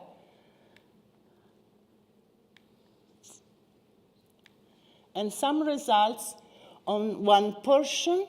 Here is the reflectance spectrum, of course, with the low spectral resolution, but with a shape that is very similar to the one we collected with hyperspectral, with high resolution nearby, with the equipment that was intended to be used only in museum or similar situation.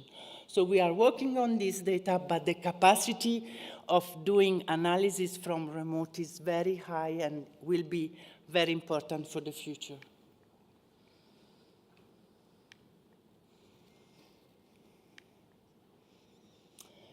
Another point of direction I told you is about conservation. We have in mind for the future E-Rihs ERIC to have a platform for preventive conservation. We are speaking about this very often with Mattia, with the idea that we need to change a lot in the way of proceed with this preventive conservation done through access, because we have to change the organization of the project, of course. But here we have already some nice results. Thanks to the participation of CSIC, Emilio Cano, we were able to do new projects for our infrastructure, projects that are devoted to the study of metal conservation, also for objects that are not so common as a museum collection. Here we have a project on heritage aircraft, and there we are moving to heritage archaeological industry, I would say, because these are molds for a metallic silver factory. So really different type of object, and we like the idea to serve different type of community to enlarge our impact. Finally, we said about archaeology. It's very important for our community to reach the archaeology and their project. And I am presenting this, I don't know how much I have, a few minutes. I am presenting this project that has been carried out by Fort. Fort is participating to the MOLAB with 2 laboratories. This is a laboratory of geophysics for archaeology. And the project was from an Italian researcher. Is the director of Baia. Baia is nearby Naples. Sorry.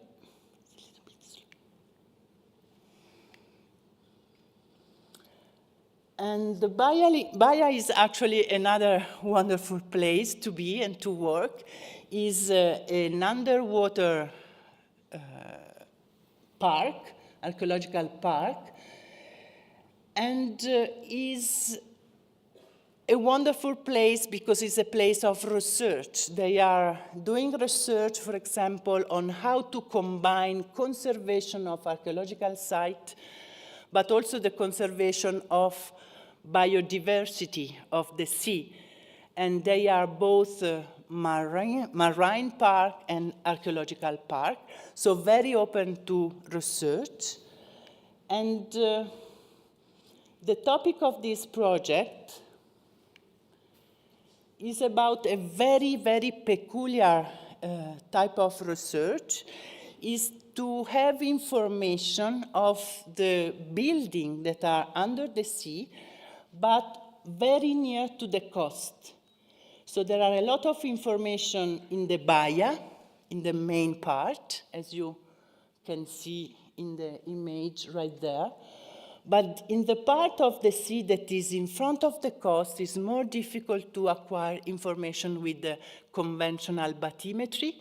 And for this reason, the Fort laboratory was asked to go there because they are able to study the structure that are under the sea but very near to the coast and connect this data with the data collected on the land with the traditional geophysics.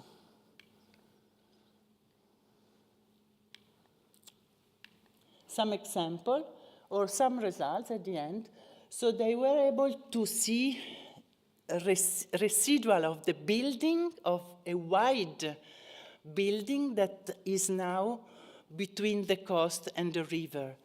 And yes, this is electrical tomography resistance, is a typical geophysic method that are able to see the invisible in archaeological application, not only in the ground, but also under the sea.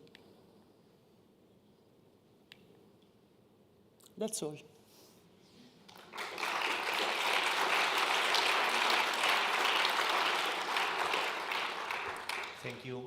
Thank you, Costanza, and thank you to all the speakers of the morning.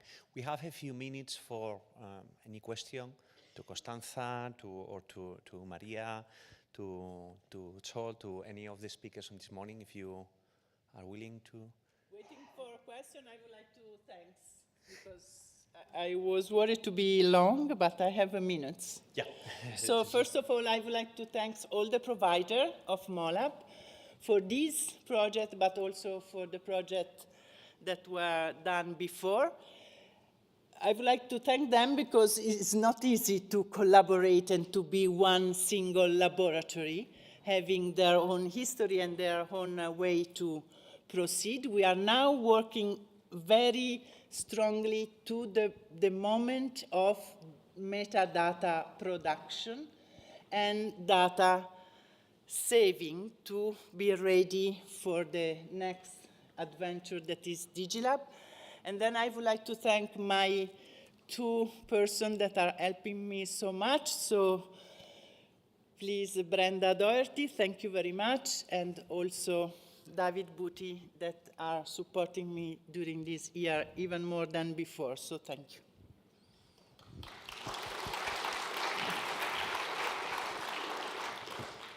So, question, comments?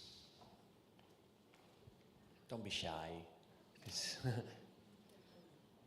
Yeah. No, if not, as I announced this morning, yeah.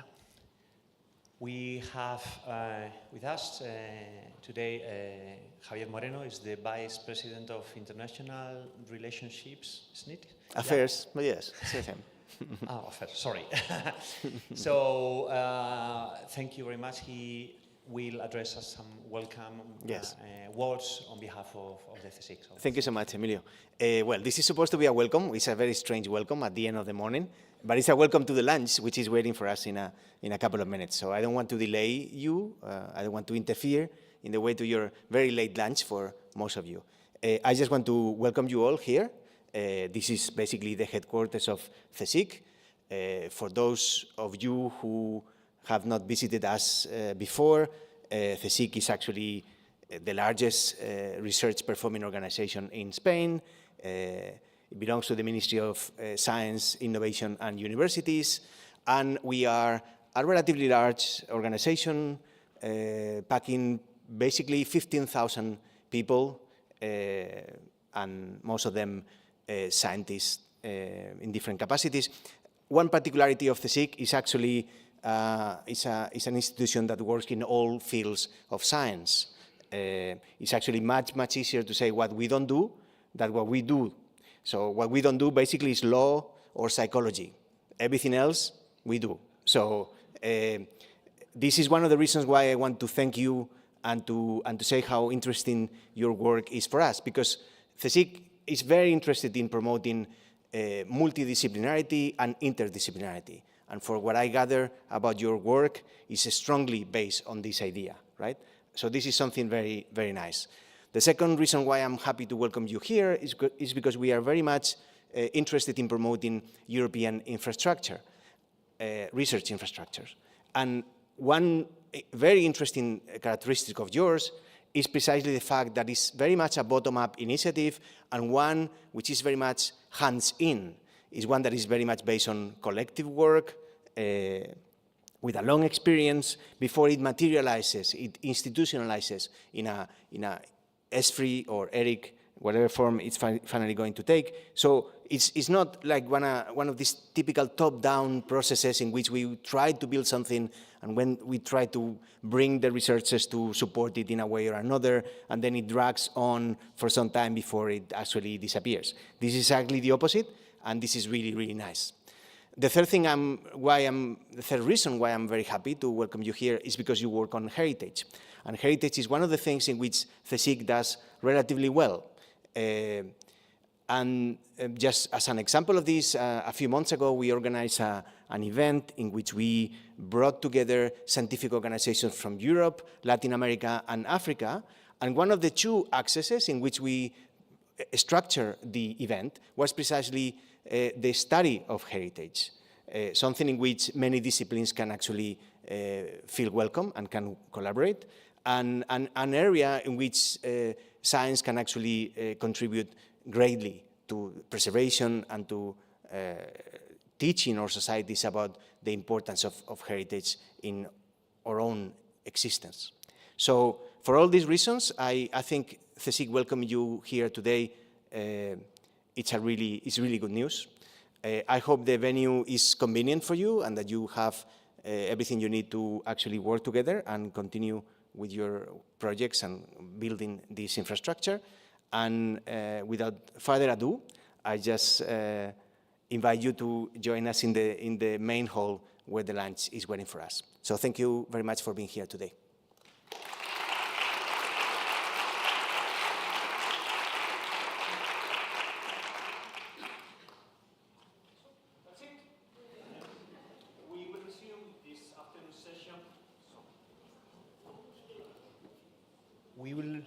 We will resume this afternoon session at 2:30.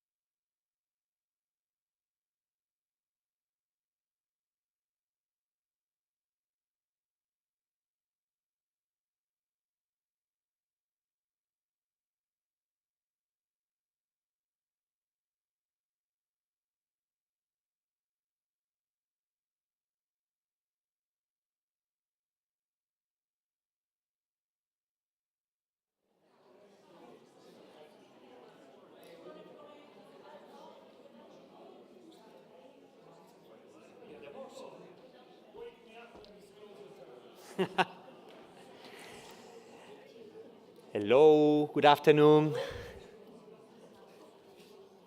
I hope you enjoyed the lunch. I know some of you are waiting for the coffee. Unfortunately, we won't have coffee until the coffee break. So you have to earn that coffee. We have this afternoon session. In the morning, we have been speaking about the access, which is the main activity of the project. But to keep this technique and this access up to date and to be cutting edge, we need to do research. And that's what this afternoon session is about. It's about the joint research activities, the development of new services for heritage science. We have 3 presentations in this afternoon. I have to say there is a mistake, there's an error in the program, the printed program we have given you this morning. It was okay in the one I sent by email, and the error was that the last speaker of this afternoon is not Adam Gibson, as it is in the printed one, but it is Catherine Keune. So that will be the last one, but we will start first with the coordinator of this work package dedicated to joint research activity, which is Victor. Victor Egren, the floor is yours.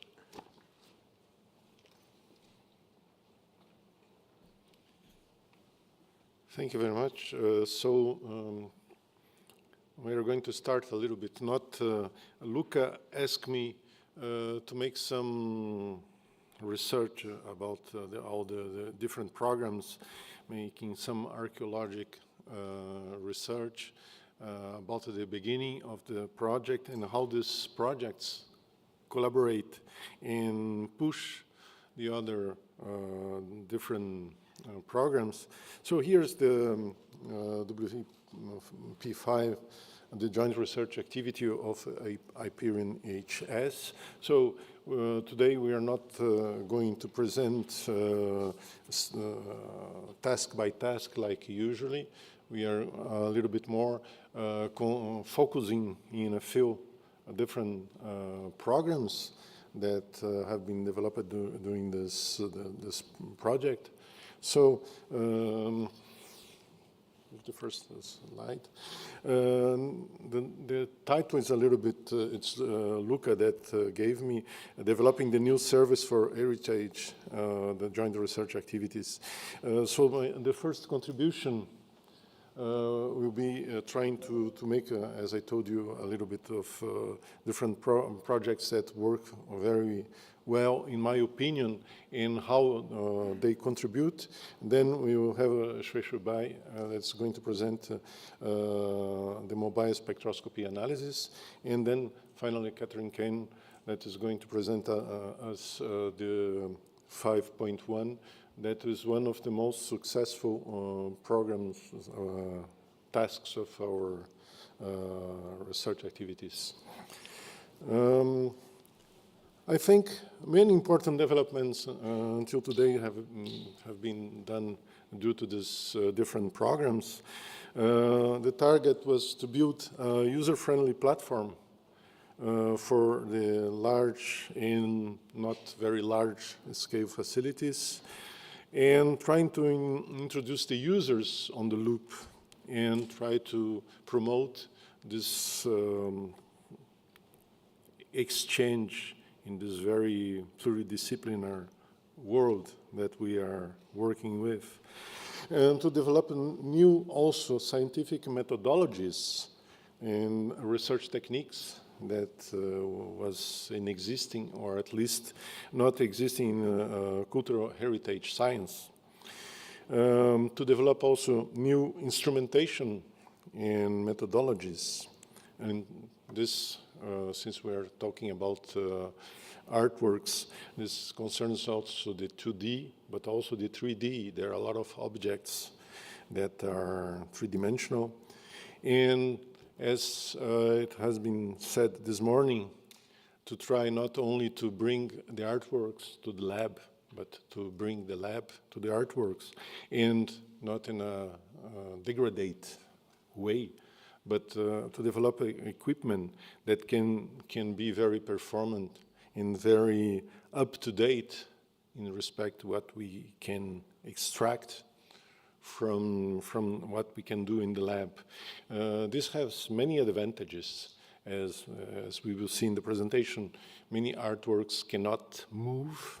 That's a first point. And sometimes there are museums that are not very happy to move the artworks.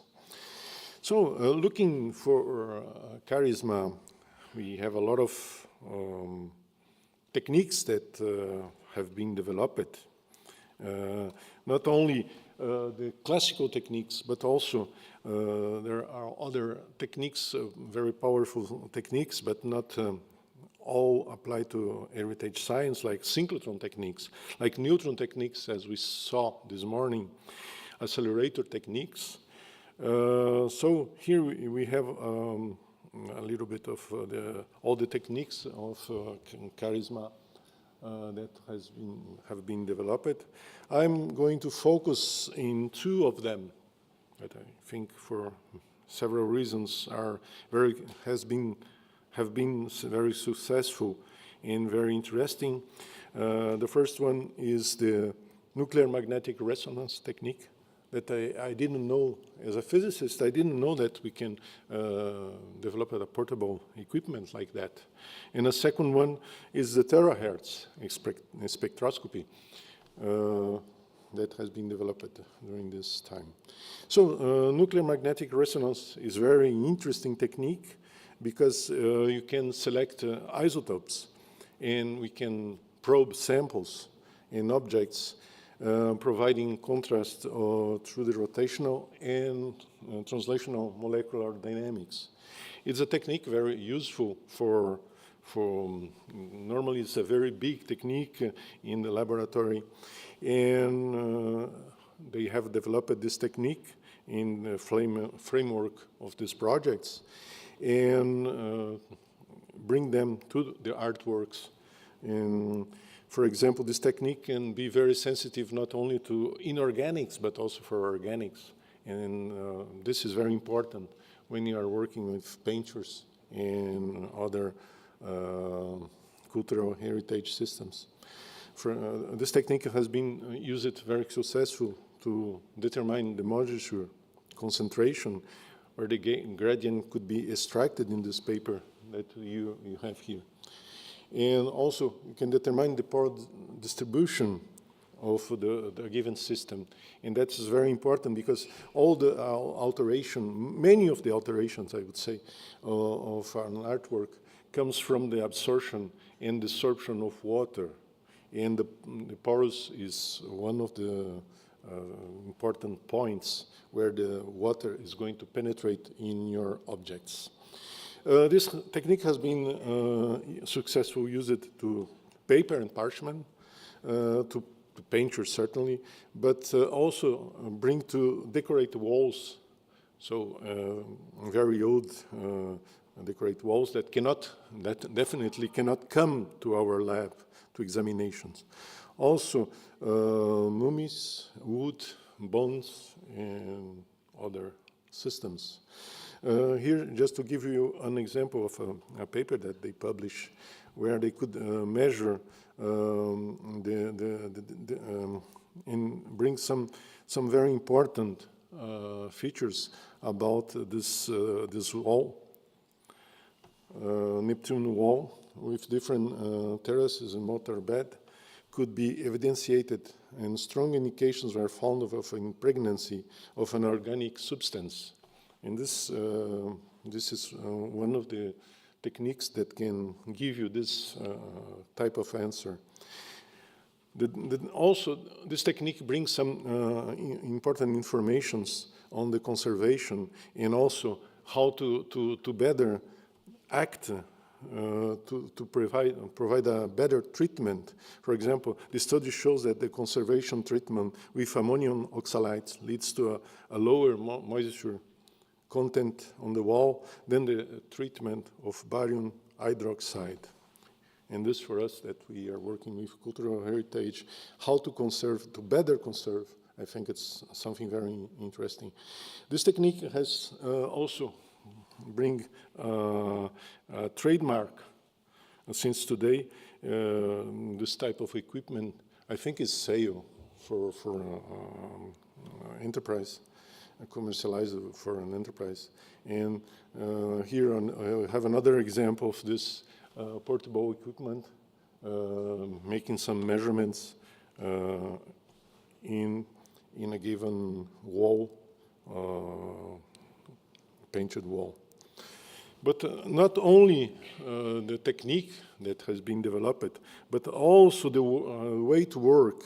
As we saw this morning with a MOLAB presentation, we cannot come to some significant breakthrough in study without coupling several techniques. And so this ARC lab, the MOLAB, has been successful because we have bring together many different techniques to a single artwork, and then we can really cover all the aspects from the physical chemistry point of view to the morphology and to the three-dimensional aspects of these artworks. This is one of the very important papers to this project, Charisma project, with Constanza that present us this morning these different aspects. This comes from also, so using many different equipments, the problem that we are facing is that we cannot make the measurements at the same time with different techniques. So we must make measurements in a sequence. We use XRD, then we use XRF, and then we use Raman. And the question is, how can we merge all these techniques? This brings to the Iperion CH project, where 3D positioning system has been developed. Unfortunately, I think we did not arrive to the end of this. What this 3D system, what is the target of this 3D system, is to have an absolute referential of the object where we can use different techniques and then merge it, all of the different results inside a same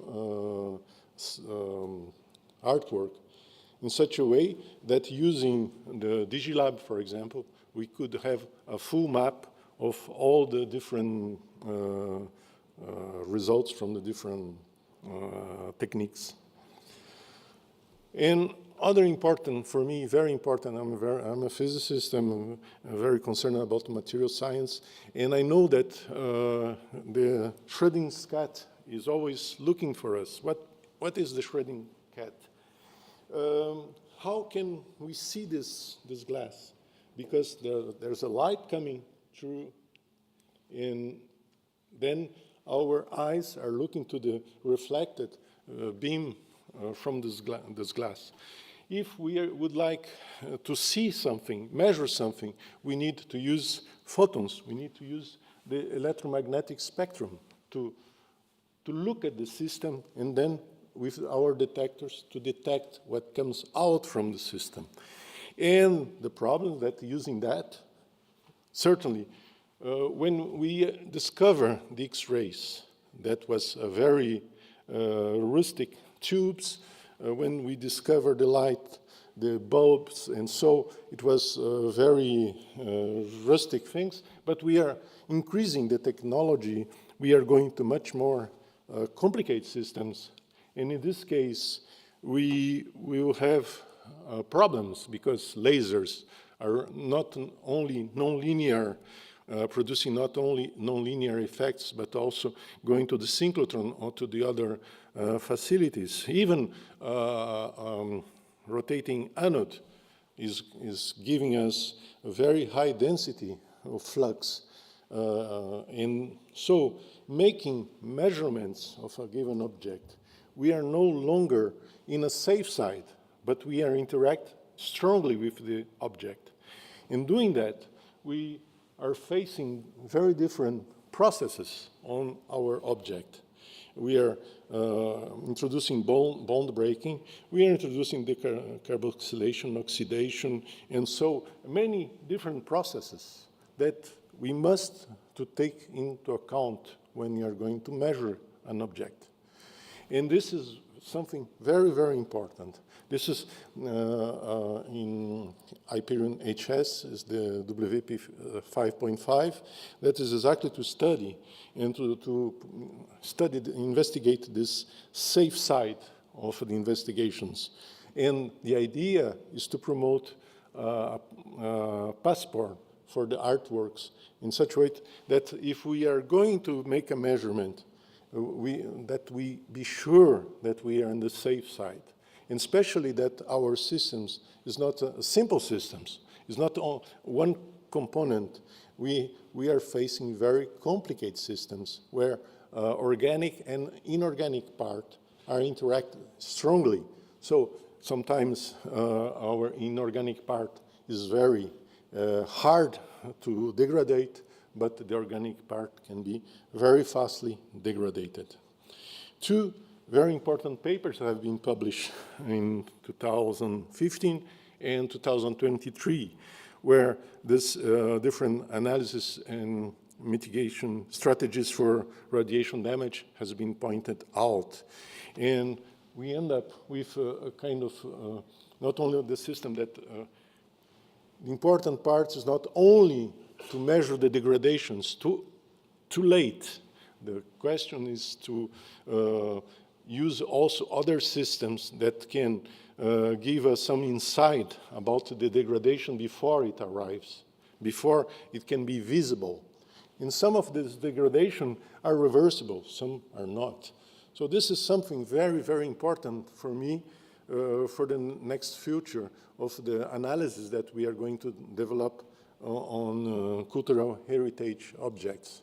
And this certainly is one of the transmissions to E-Rihs that is very important to take into account.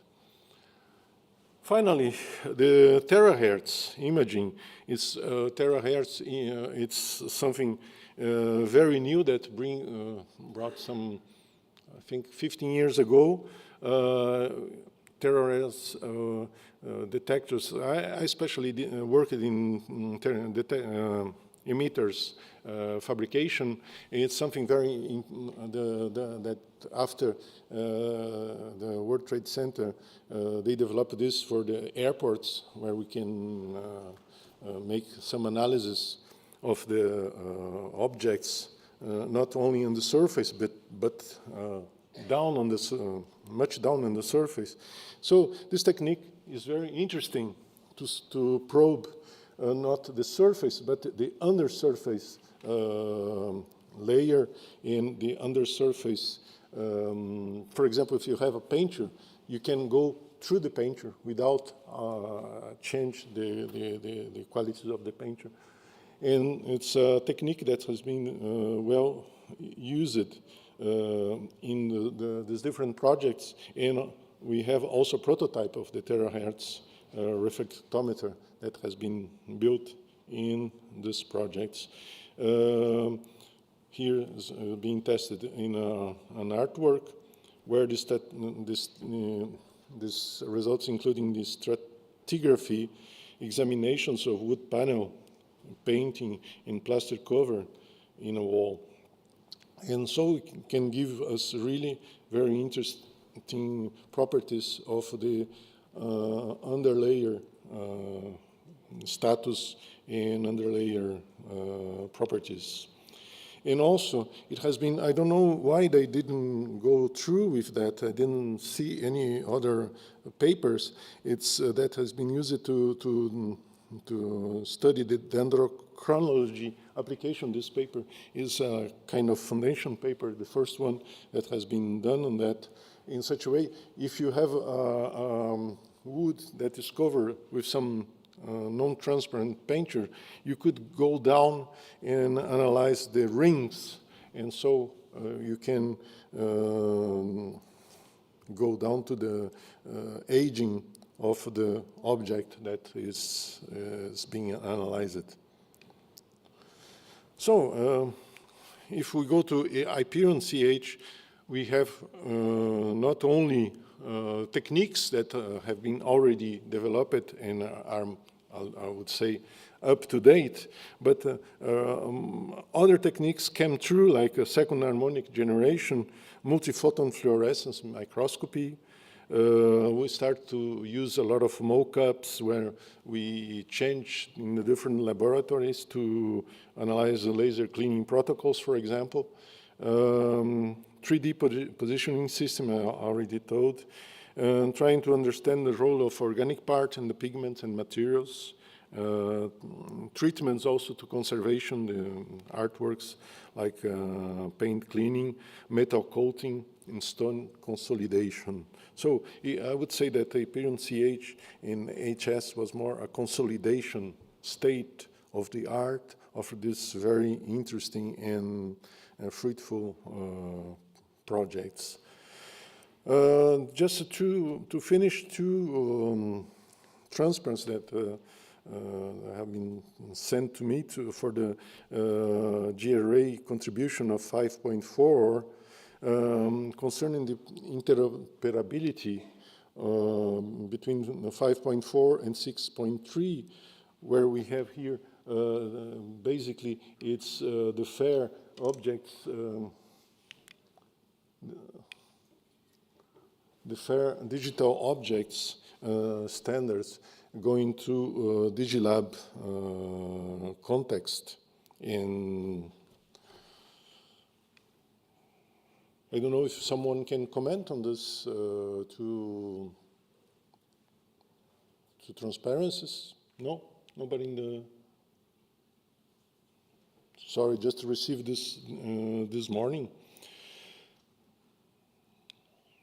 So I would like to give the floor to Shui-Shu. But before I can answer a few questions, if you have globally with the W5 joint research activities on Iperion HS. Thank you.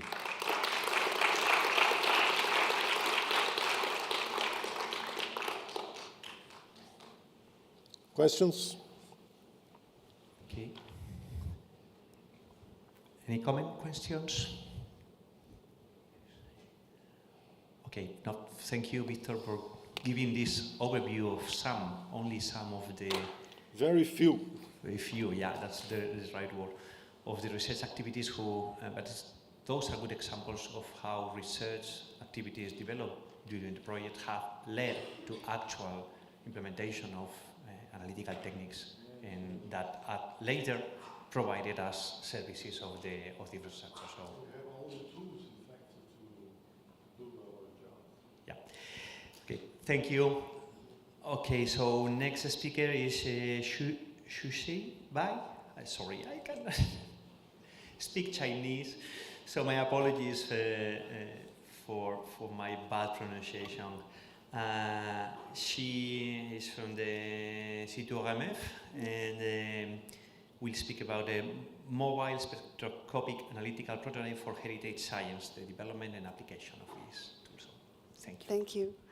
So I'm Xue Bai. I started for this work since 2050. I joined with Vincent Dédale for developed this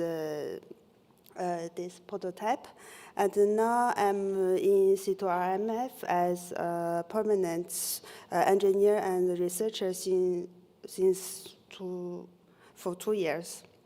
So today, I'm honored to present you the development and the application for the mobile spectroscopic analytical prototype for the heritage science.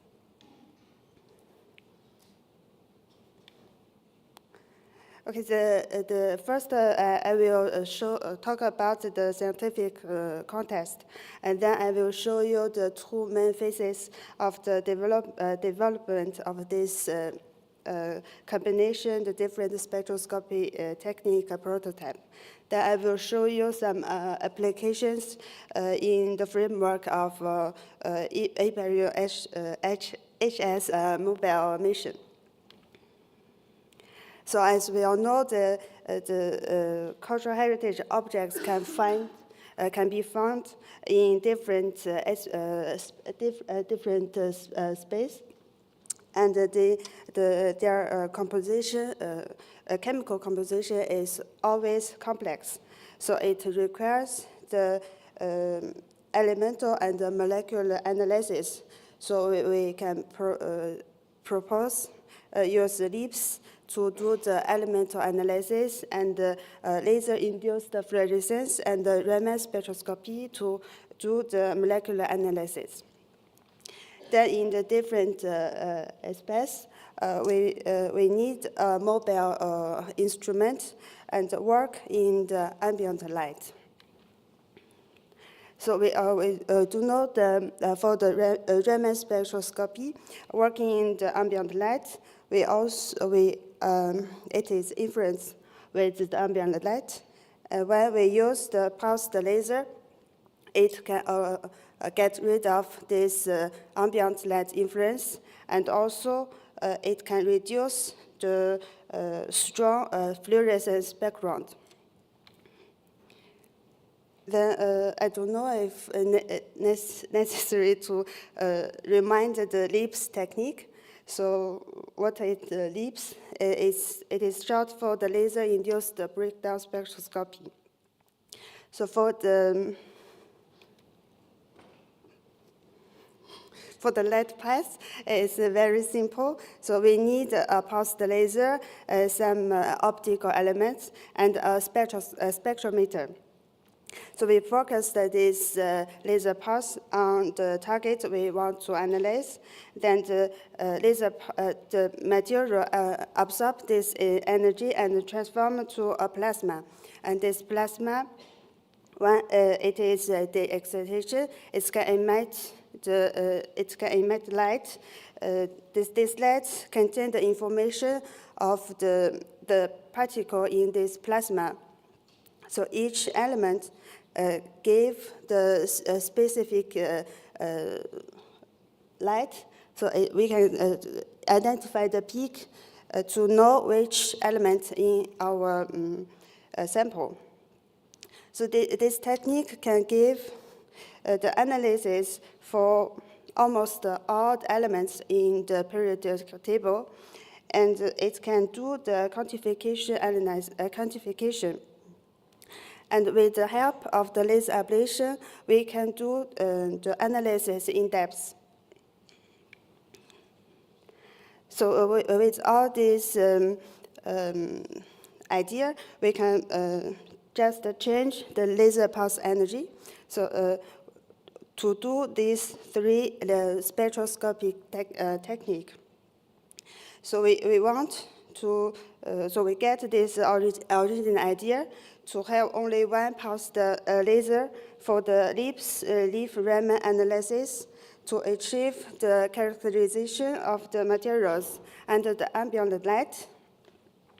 So we want to develop this mobile device.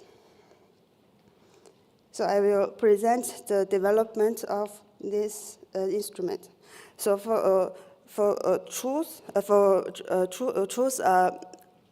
a good pulsed laser, we have tested different wavelengths and different type of spectrometer. So one is with the SCD camera, we can do the time-resolved analysis. And the other spectrometer, we can get the odd emission from the plasma, that is for the time-integrate analysis.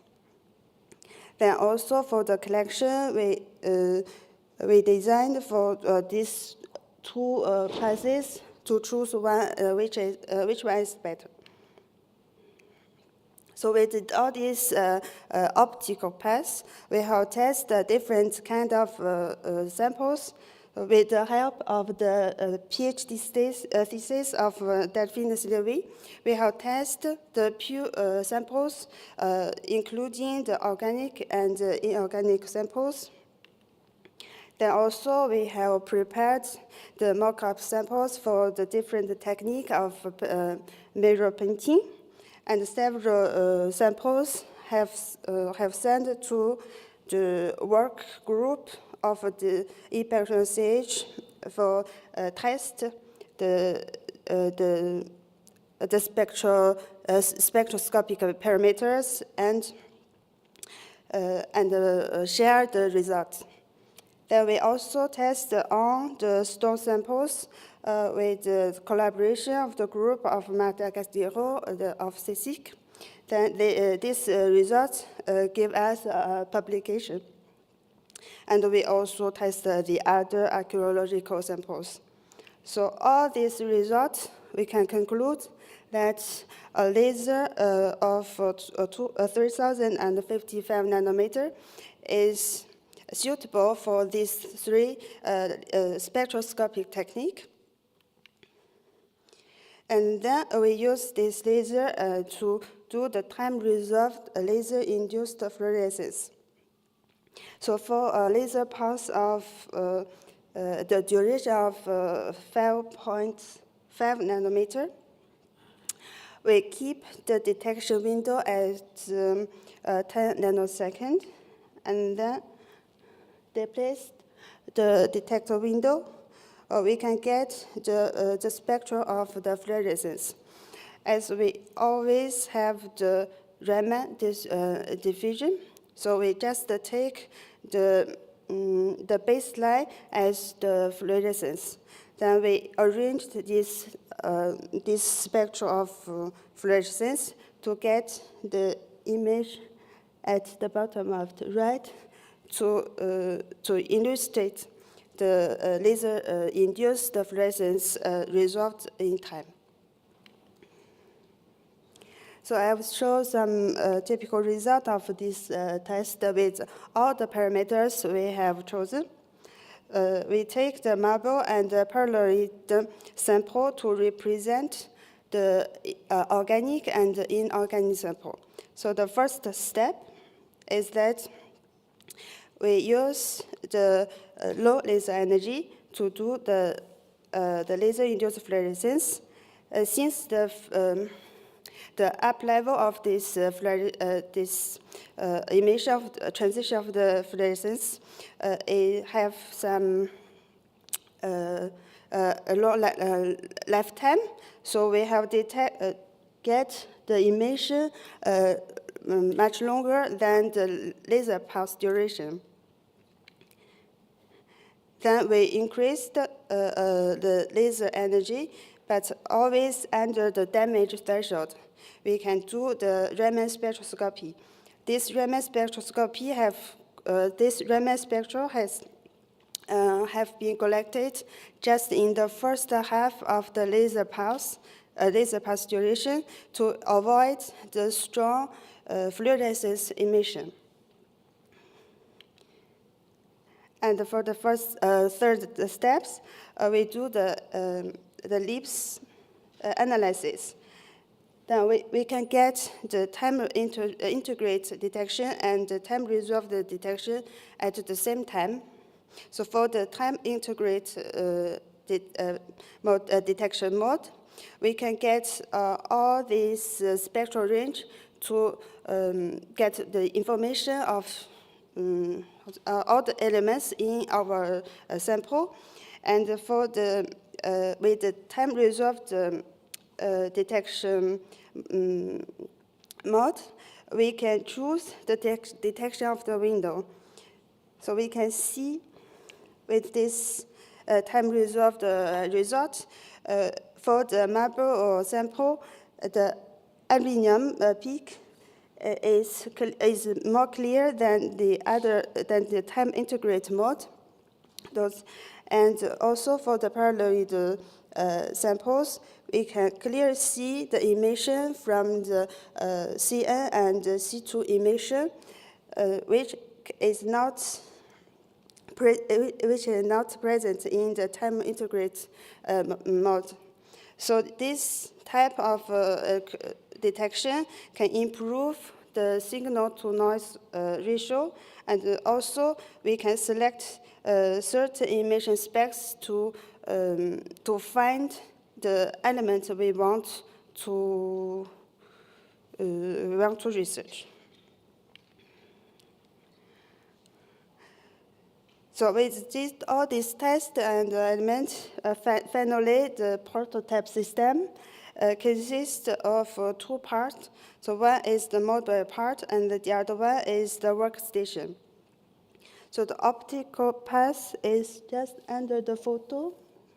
So the dimension of the detection height, on the top, the white one, the dimension is about 45 of 25, 30, and 20 centimeters. It's just like a computer. So the working distance is designed for about 12 centimeters, and the diameter of the laser spot on the target surface is about 200 micrometers. So all the parameters of this prototype is present on the right side. And besides these three spectroscope technique, we added another white light to do the reflectance. As we know that the fluorescence is always influenced by the color of the surface. So we want to add this reflectance to correct the fluorescence. And also we developed the control software that we can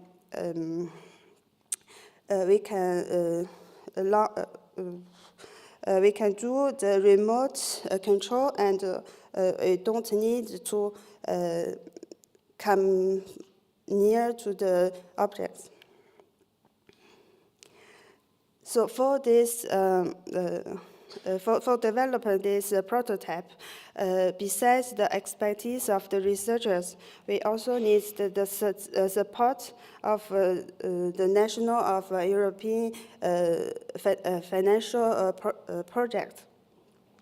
So this work is mainly carried out in situ RMF after the creation of the laser lab by Vincent Dedal. And with the support also the colleagues from the Civil University and the situ RMF for the design and the production of the electronic, mechanic, and the software aspects. So after several years efforts, we have developed this mobile prototype combining of 4 spectroscopy techniques. So it can answer the questions that remains in this cultural heritage community. For now, there's no other solution. For example, so we want to do the stratigraphic chemical composition analysis in situ with different spectroscopy technique at the same analysis point. So this mobile prototype is available for the community since 2019. So now I will present some action for more labs with this instrument. So with the help of the vehicle of the France Mobile and the administrative of the Iperion HS, the help desk, and also the support of different collaborators, So we have achieved the 2 missions of this lab. The first one is to study the 15th century's mural painting at Münster Monastery in Switzerland. So we have analyzed the different points with different colors. So to answer the different questions, the acceleration of all the identification, the different identification, the pigment, or some retouching, we have proposed to use 20 laser shots for each point to do the stratigraphic analysis. So each laser pulse generates one spectrum. So from the first laser shot to the 20th, we have 20 spectrum represent the different position in depth of analysis. Then we arranged this spectrum with the 4 colors on the right and the bottom. We can see that from the surface to inside of the mirror, inside the wall, according to the different elements present on the spectrum, we can identify the different layers on this mirror painting. So here is an example for analyzing the blue color with the lips. That we find the cesium, the copper, and the calcium. That we can deduce that the painter used the Egyptian blue. And from this spectrum, we also find the soft element that represent the retouching carryogen plaster. And we also tried to do the fluorescence and the Raman on the same point. Then we don't have a good quality of the spectrum. So we find maybe the Raman peaks and compared with the reference, maybe we can find the Egyptian blue and the carbonate and the sulfate. Then the last technique we have tested is the reflectance. From this point, we can find the same curve with the reference, but according to different technique, the form, the shape of this spectrum is not always the same. So we also identified that this technique have been influenced by the ambient light. So we, with this, the first mission of the lab, we think this prototype needs to improve, but it works already. The second lab mission is to analyze the dinosaur fossil from the Iperion Dinopolis extracted from the Santa Maria mine in area of the spring. So the aim of this study is to analyze the alternation mechanism of the pyrite content in the fossils and define to help define an optimal conservation treatment. So it's the same protocol of analysis. We first do the static graphic analysis by the leaps.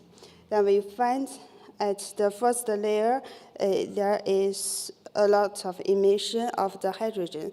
We can conclude that there is a hydrogen oxide layer at the surface of this fossil. And then the other point we analyze is, we find the iron and the sulfate that present that the iron pyrite is formed in this dinosaur fossil. And at the same point, we find the CN molecular emission that this represents there is the organic material in this point. So with this result, we can observe how the product for the concentration treatment penetrate in the fossil. So in conclusion, with the help, all the help from the national and the European projects, we have created this multispectroscopy analytical prototype. It allows us to do the static graphic and chemical analytic in situ at the same point of different techniques. So it is available for all the cultural heritage communities. So thank you for your attention.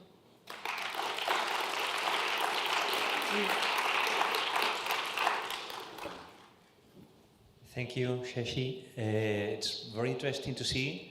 It is a nice example of how you have followed the whole path from the beginning, from the idea, from the concept, the development, and the actual application to provide access.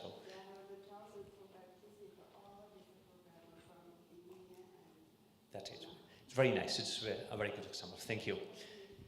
So we're perfectly on time, and last but not least, and in spite of the mistake we made in the program, my apologies, Katrin. No problem.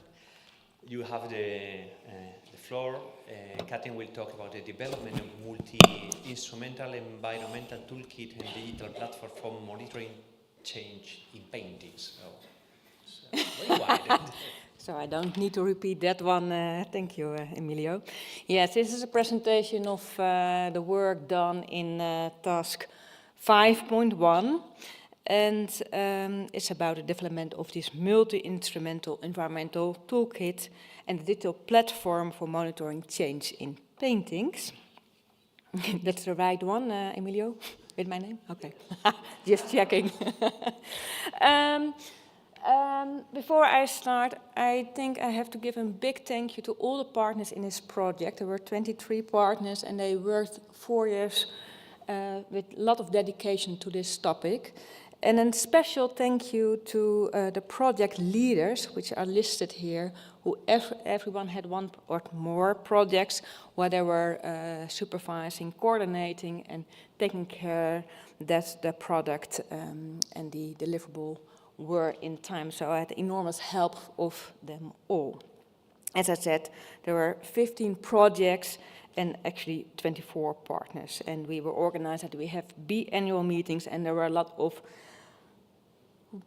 project-related meetings. And when I was preparing this presentation for you, I realized that actually every project I was confronted through in my daily practice. So besides presenting all the projects to you, which I will highlight in the second part of my lecture, I thought, well, let's take you along with a day in my working day. For people who don't know me, I work at the Rijksmuseum in Amsterdam. This is a big museum in the center of Amsterdam, actually the center is around the museum.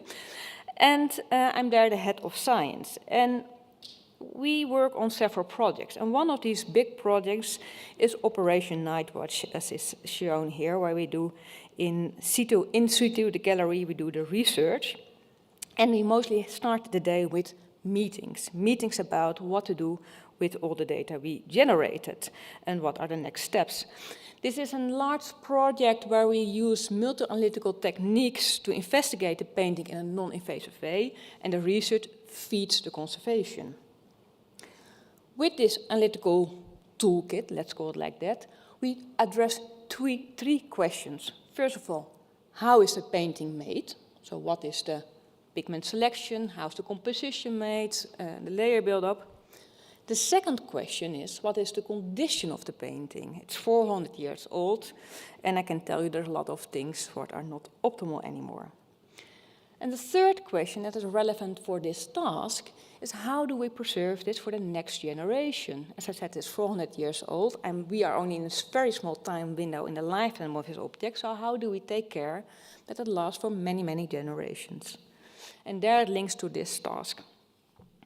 So, 5 phenomena I want to highlight. So one of the phenomena we find here is in the boots of one of the main figures, where the inside of the boot, what turned out to be very red velvet, is now faded. We still find a lot of lakes, organic lakes, yellow lakes, also indigo, but still there. But we need to take care of it in 10, 20 years. It's still visible. So what do we with the hyperspectral data we took today, and how do we connect it within 10 years and 20 years? So how do we monitor color change? We didn't expect it, but with Rembrandt painting you can. It has enormous lot of lead soap protrusions throughout the whole painting. You see a scale bar, so the diameter of this protrusion is 200 micron, it's full over it. We're going to treat the painting with solvents, so does it trigger and reactively and induce reactive? Or when we leave the climate conditions wider, does it impact the chemical equilibrium? So you want to monitor the stability or the instability of these lead soap protrusions.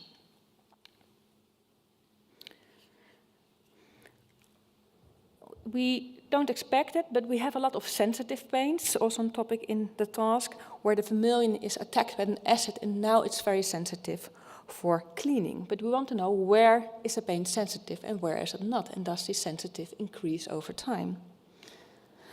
We have structural changes. The painting is relined, that means that it has an extra canvas on the back, but one of the big questions is a delamination between the canvases.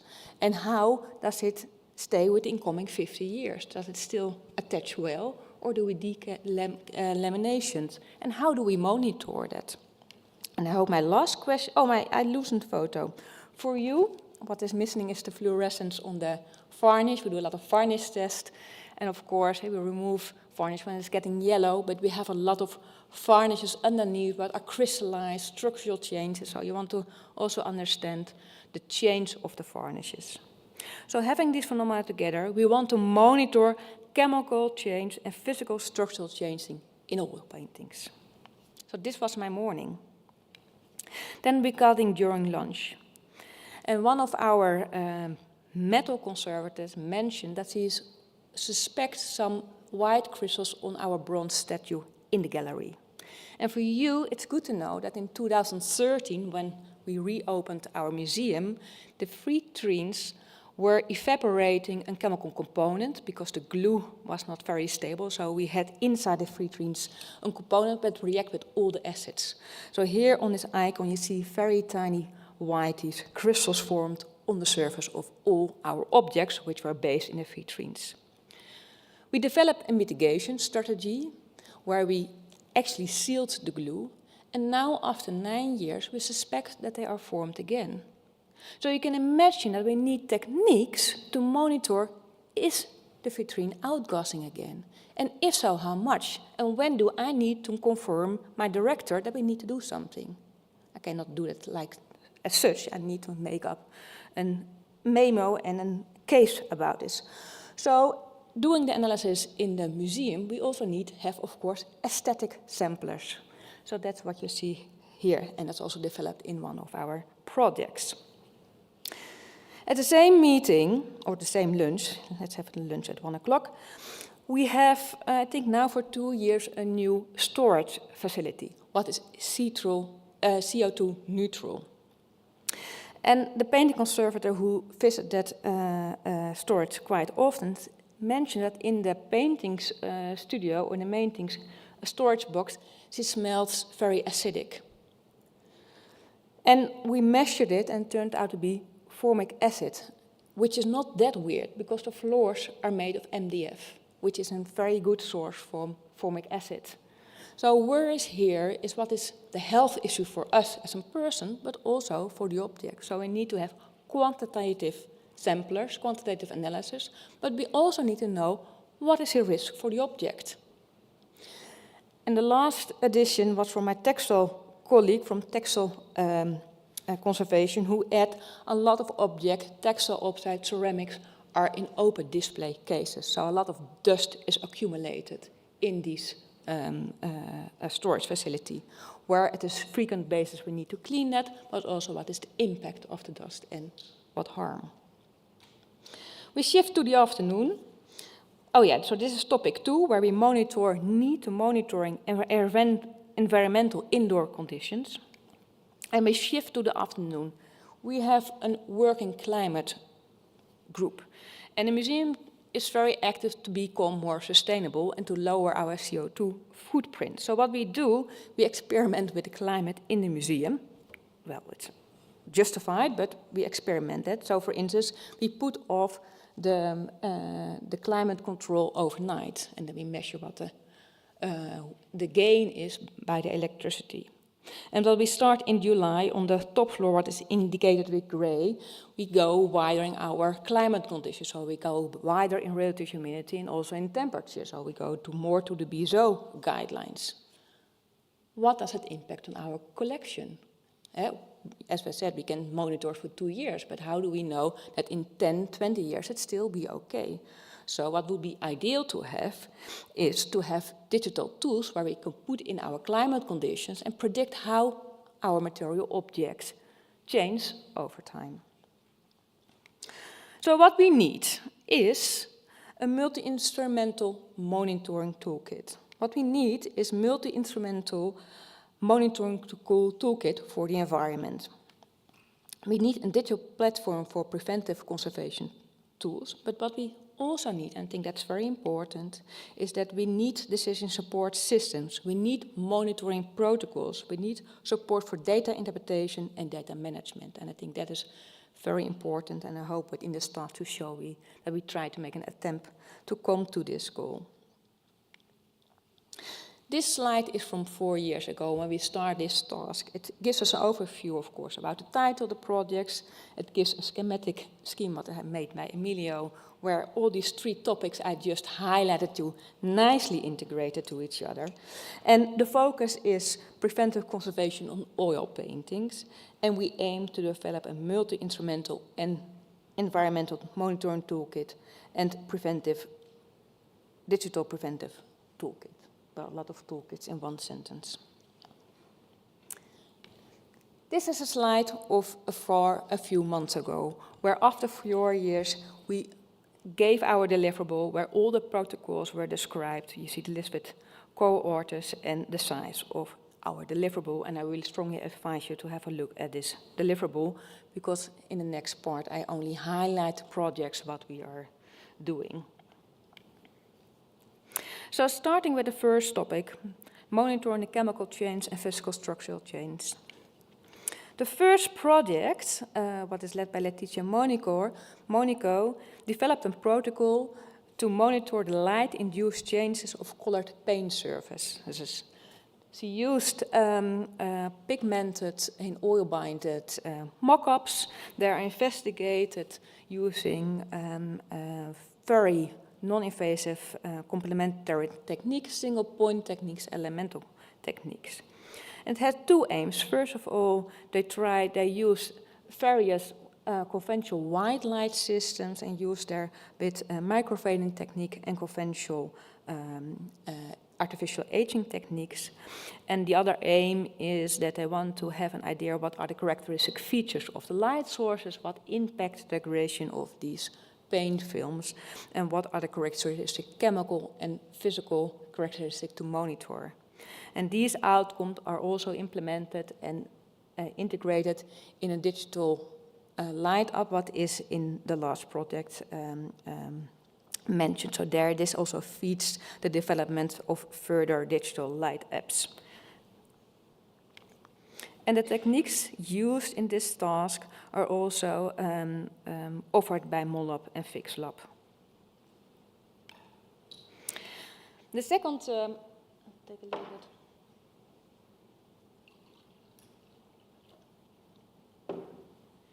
The second project, we made a system where in situ these lead soap protrusions were formed, and we sent them out through all the partners with a task to monitor the development of the protrusions. And this turned out to be quite complex because we didn't do a round robin, and how do you compare different techniques with quantitative information? So how do you compare data over 6, 7, 10 weeks? And it turned out to be that we rephrased the title of this project, where we're not saying monitoring of lead soap formation in multilayers, but how do we monitor chemical change? So that means that you don't look to the exact data, but how do you develop a long-term monitoring protocol, which is not that easy. And I think that is the nice thing of this task, where we encountered several aspects. How do you compare data from different uses to make, indeed, to understand a development of a chemical change? Again, the techniques are offered in MOLAB and FixLab. So here we developed a protocol from. Then we have a very nice third project where the slide of the varnish was missing.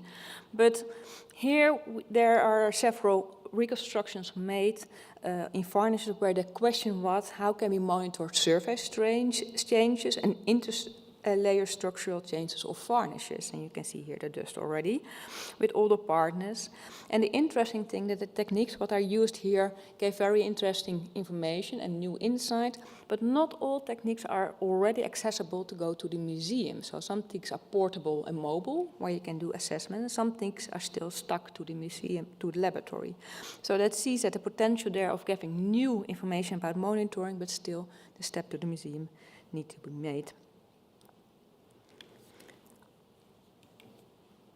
This project is also very interesting, where we try to monitor sensitive, water-sensitive surface paints. And here you see a set of ultramarine-containing paints, which are exposed to different conditions, light conditions, relative humidity, temperature, but also SO2 and different gases to create sensitive surfaces. And they also used a plethora of different analytical techniques. And the interesting technique to correlate the data with the sensitivity of the paint systems. So that means that we can see a phenomena, but chemically and physically, the phenomena can be very complex, and there's not one technique that tells you the story. So still there need to be the expertise from the expert to know that the paint is sensitive, supported with the analytical toolkit. So not always the data is easy to interpret it, but very promising. And these are the techniques. The last project in topic 1 is also very interesting. I mentioned about the delamination, what is interesting in our case. And here Magda made some reconstructions where she made flaking paints. I think she did a great job. Only the challenging part is that with flaking paints you cannot do a round robin. At least the risk of losing the paint is very key.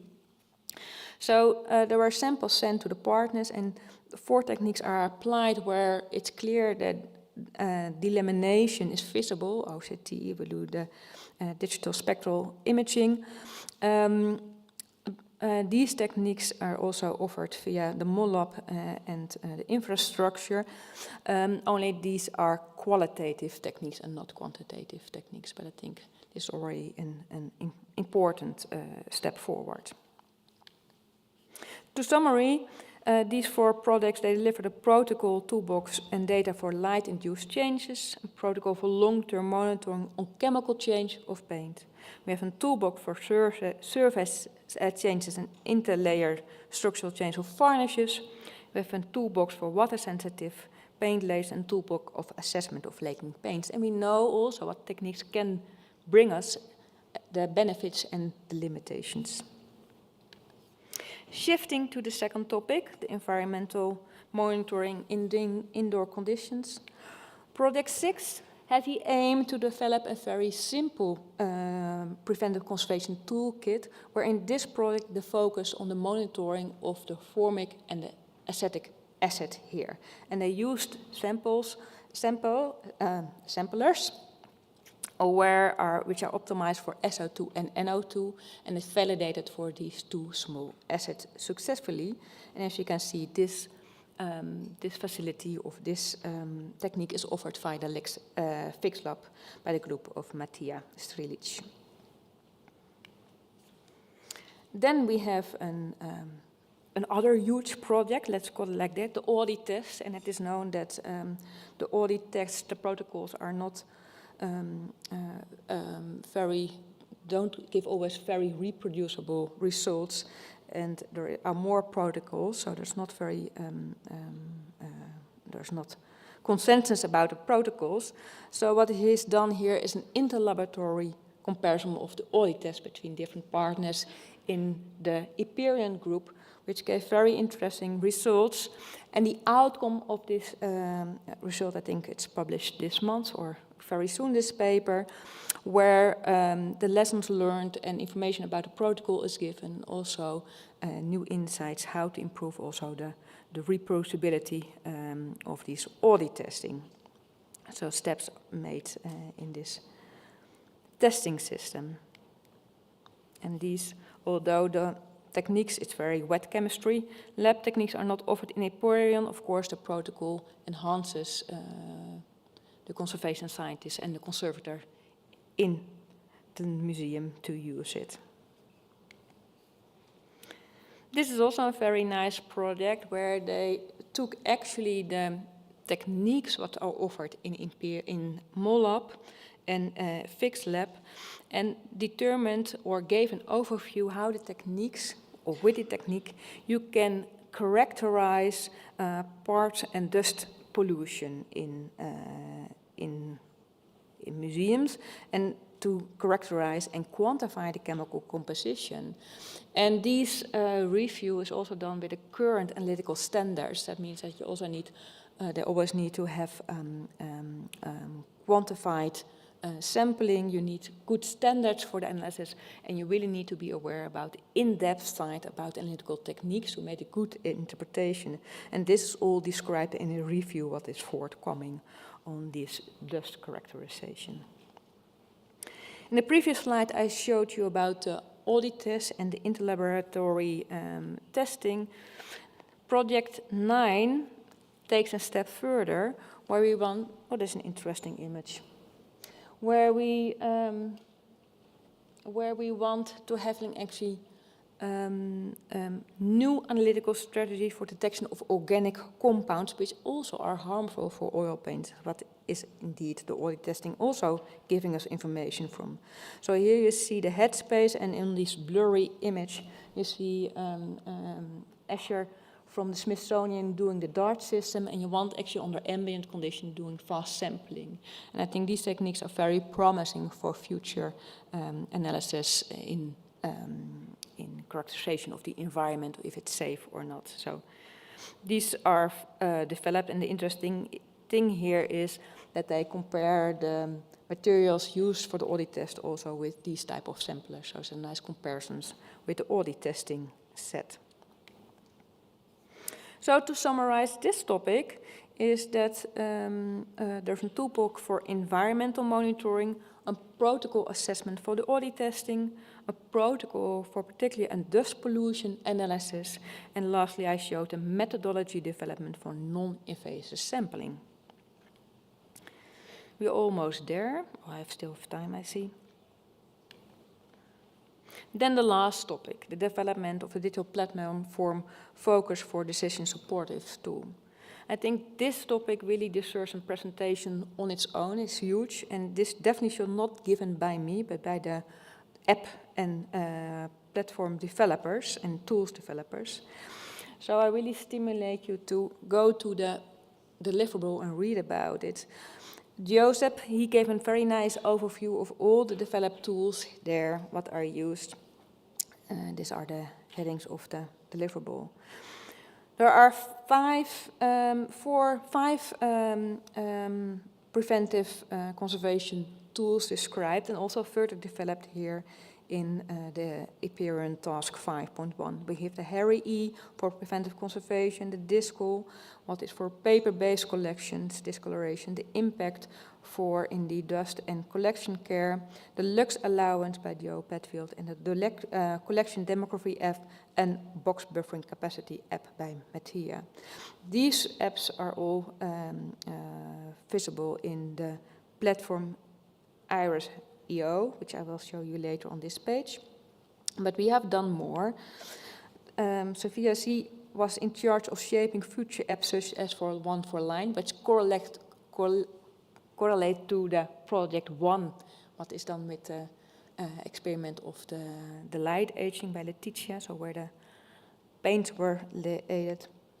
We have had a workshop, which I show on the next slide, where the stakeholder engagement and scope of community needs are made inventoried. We have a description of the requirements for ideal apps, and we have a validation case study where we're looking to that dust in the case of the El Palar Monastery, what is using the Impact app. And as I mentioned, all these digital apps are upgraded and available via the website, what is, according to Joseph and Wim Vermout, further developed within Word Package 6. And it's clear also from our discussion last week that we keep on continuing, or developers are keep on continuing developing this app, but also the accessibility of this app so that it will be for a user much more accessible and easy to use. And it keep on growing for future users in E-Rihs. And why we want that, I think that's clear. We developed or we organized a workshop, digital tools for 1 week online, and it was clear that within 1 day it was sold out. So there was a lot of interest from the field. And here you see one of the summary of the assessment at the end of the workshop, where you see that the users, they see in the green, I see myself using these apps in the future. The apps are easy to learn and the interfaces are clear and easy to use. So I think relatively they all scored very high, and I think it's also nice that it's clear also for improvement, and that's also what we discussed during this workshop. So it's highly promising, I think, and I think this is something really to invest in and to keep on growing. So a summary of the main findings of that workshop is that the apps are seen as resources for education as well as practical preventive conservation. Users see the apps as facilitating communication with decision maker, which I fully can support. An online platform that aggregates all services is seen as positive, and with forums where you can reply by developers, manuals and videos, examples and case studies. There is need for further future development as are related to research gaps as they are to the software, more material and better data. So I think there's already a great basis and a great potential for further growth. So to summarize topic 3, digital tools have been further developed and have been shared via an E-Rihs platform. User requirements have been set up and further development and activities are in progress. And with this, I would like to thank you, and this is just a screenshot of our first Zoom meetings, where I think we had many Zoom meetings, and this is one of 4 years ago. And I think there are some issues here with the technical part, but I can think, oh, maybe you can guess who is on the last row. Maybe you can find yourself in there. With that, I hope to give you a little bit a brief overview of all the work done by you and the colleagues, and I hope that this preventive conservation protocol development digital tool can continue in the future. Thank you.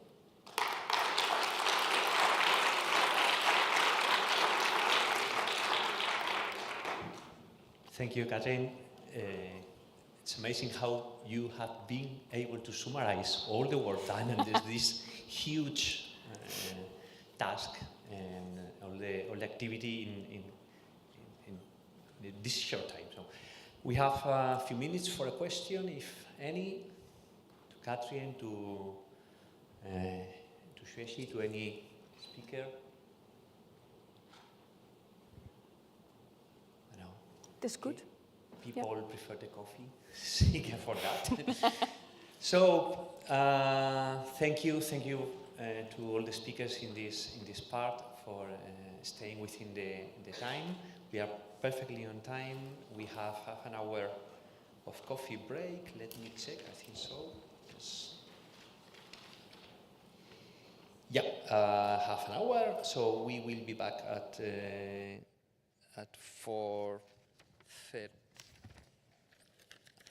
4:30, maybe 10 minutes early if we can, so we finish early and we have more time in the evening. Okay.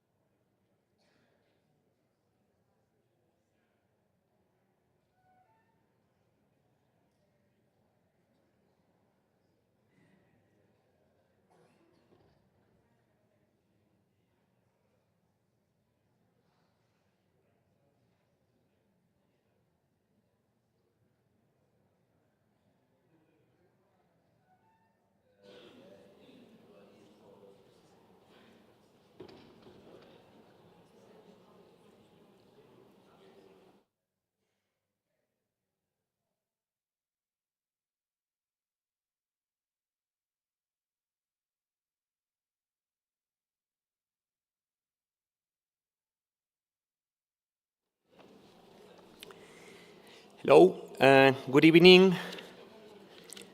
We are coming to the last part of our meeting. We will be dealing in this part with the third leg of our project. We have talked about access, we have talked about research, and now we have the part of networking, of international relations, or exploitation, internationalization, so making the most of the outcomes of the project.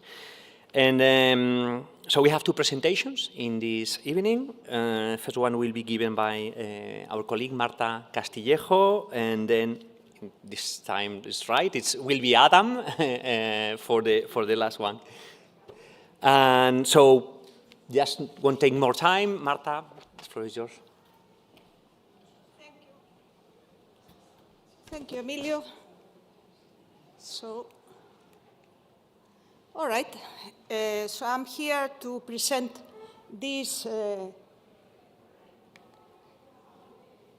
if I succeed in pressing the button, shouldn't be that difficult.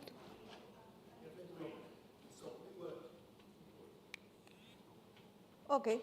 So as Emilio said, there are three legs in a sustainable infrastructure. One is research, one is access, and we have heard presentations about those two legs this morning. I'm going to talk about networking and some aspects of networking, because then later on Adam will tell us about training activities. What we know from many documents and a lot of studies by European Commission experts are the basis for a sustainable research infrastructure. And these are, well, the elements that make a sustainable research infrastructure.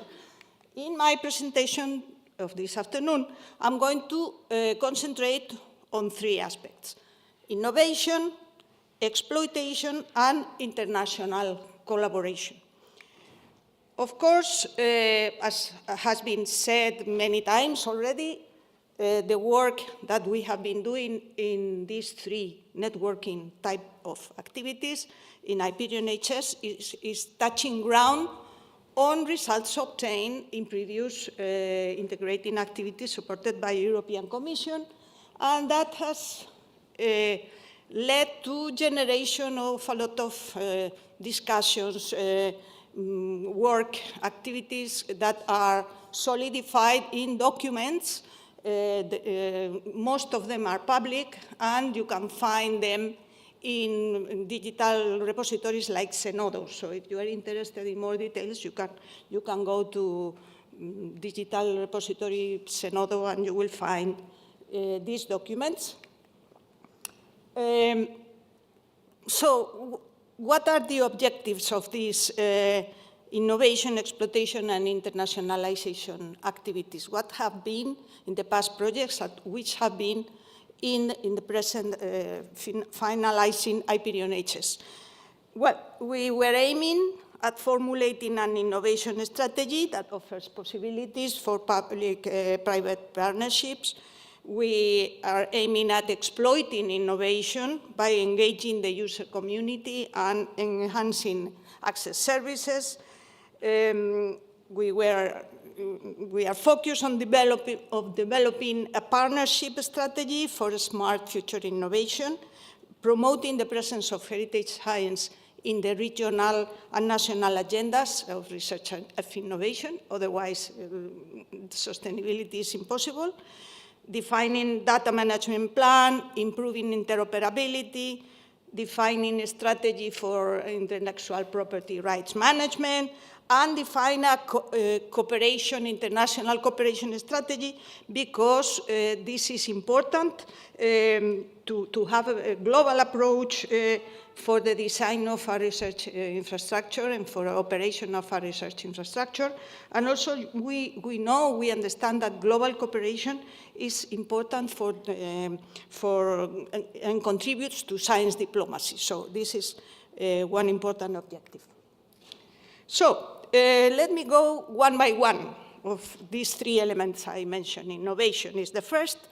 By itself, this community of heritage science, in particular Iperion HS And E-Rihs is a supranational innovation system in a highly interdisciplinary field with a lot of actors playing in this initiative. And here innovation is defined in a very broad way, because it includes not only the classical innovation idea of technology transfer, but knowledge and technology transfer, but also training. We have innovation in training, we have innovation in access, this has been commented widely this morning, management, so innovation in many areas. And so that requires a particular approach to innovation to tackle with all these products of innovation. So we are adopting an open innovation, the open innovation concept that includes the co-creation concept that has been already discussed this morning. This is a concept we elaborated when we were working in the E-Rihs scientific strategy years ago. In this concept, all actors participate from the beginning, from the start of the research, and includes the contribution of all these actors coming from different fields and from different sectors. So during Iperion HS, we produce a report on innovation and heritage science that we ask a private company, QI3, in where the drivers for innovation in the field, the complex field of heritage science, were analyzed. Here you have like a scheme of the ecosystem, of the innovation ecosystem of partnerships such as E-Rihs, where you have different players, different outcomes, different interactions. So it's a complex ecosystem. It was described in one of the deliverables of the project. And we have seen today many examples of significant innovations in Iperion HS and in the antecessor projects.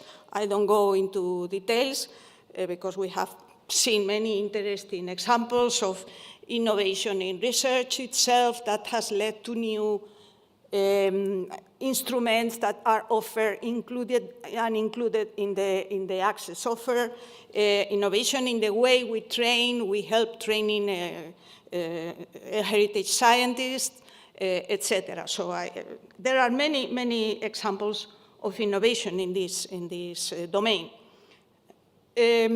So, analyzing these drivers of innovation, the report gave some discussion and concluded with some recommendations for setting up an E-Rihs innovation strategy. And, well, the report concluded that we need to collect more data on the heritage science innovation ecosystem. And there are barriers that exist to analyze, to assess this innovation. Sometimes it are lack of resources, fragmentation of the ecosystem itself, lack of communication or insufficient communication, etc. So we need to collect more to understand this ecosystem, more information to understand this ecosystem. The report also identified islands of excellence.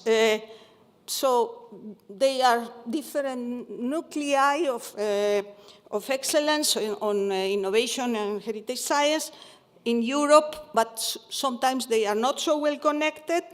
And heritage science exchanges with some sectors in a very positive and active way, like, for instance, built heritage. But there are other sectors which would be potentially interesting for establishing cooperation, like media, mental health, well-being, community cohesion, etc. And these have to be developed. Okay, I don't go into details, but also and this I think we experience in our own flesh, Sometimes we are relying on personal relations. We know these people, we establish collaboration with these and other people. This has to span from personal relationships to the establishment of a dynamic community of researchers interacting in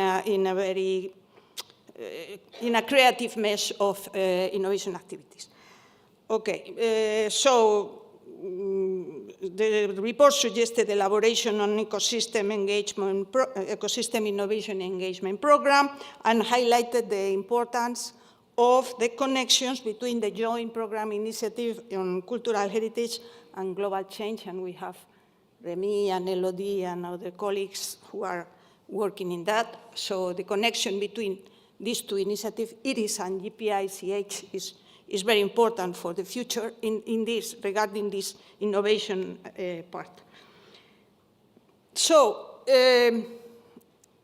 E-Rihs, as I said, is an ecosystem that provides a variety of innovative products with great potential for exploitation, including new and advanced instrumentation. We have seen examples today, knowledge spillover, technology transfer, research-based tools, new methodologies, new and efficient modes of access, open data sharing.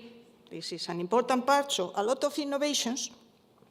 But we found very few examples of successful commercialization, successful exploitation, which suggest the existence of gaps that prevent this exploitation in a successful way. So this is the process of going from innovation to exploitation. That is we have to bridge this gap. Also, and this is the second part I wanted to tell you about, exploitation, we have to establish, we have to analyze relevant aspects of innovation and that are generated in heritage science, and propose general actions for an E-Rihs to be exploitation plan, and to establish a coherent mechanism to facilitate this effective path to exploitation. And so we have been discussing what are the questions we have to ask ourselves to advance on that. In one of our documents, we have analyzed key challenges and key questions that should be asked to understand this path to exploitation. And okay, there are here a list of key challenges that we face when we go to exploit our innovative results, and what are the questions we have to ask ourselves. I don't go into details, but I think these are important points of reflection for an correct and useful E-Rihs to be ERIC exploitation strategy.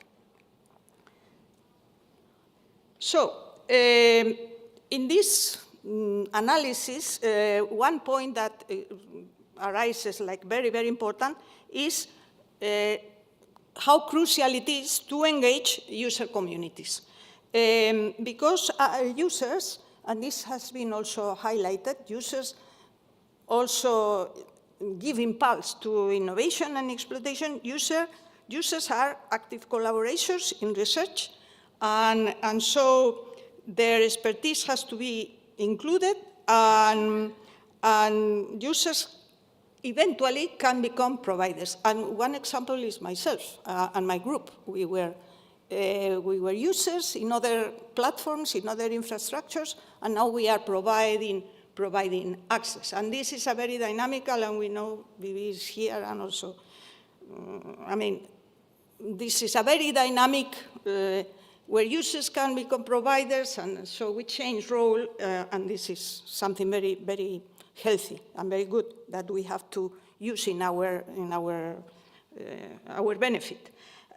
So this is just to let you know that in this analysis of exploitation, innovation and exploitation activities, we were very aware of the importance of the opinion of users, and so we launched questionnaires asking, for instance, a question such as the one described here, how would you evaluate the impact? So the results of your innovation of the project, of your access project, no? And so it was like 64% said it is very important, no? It will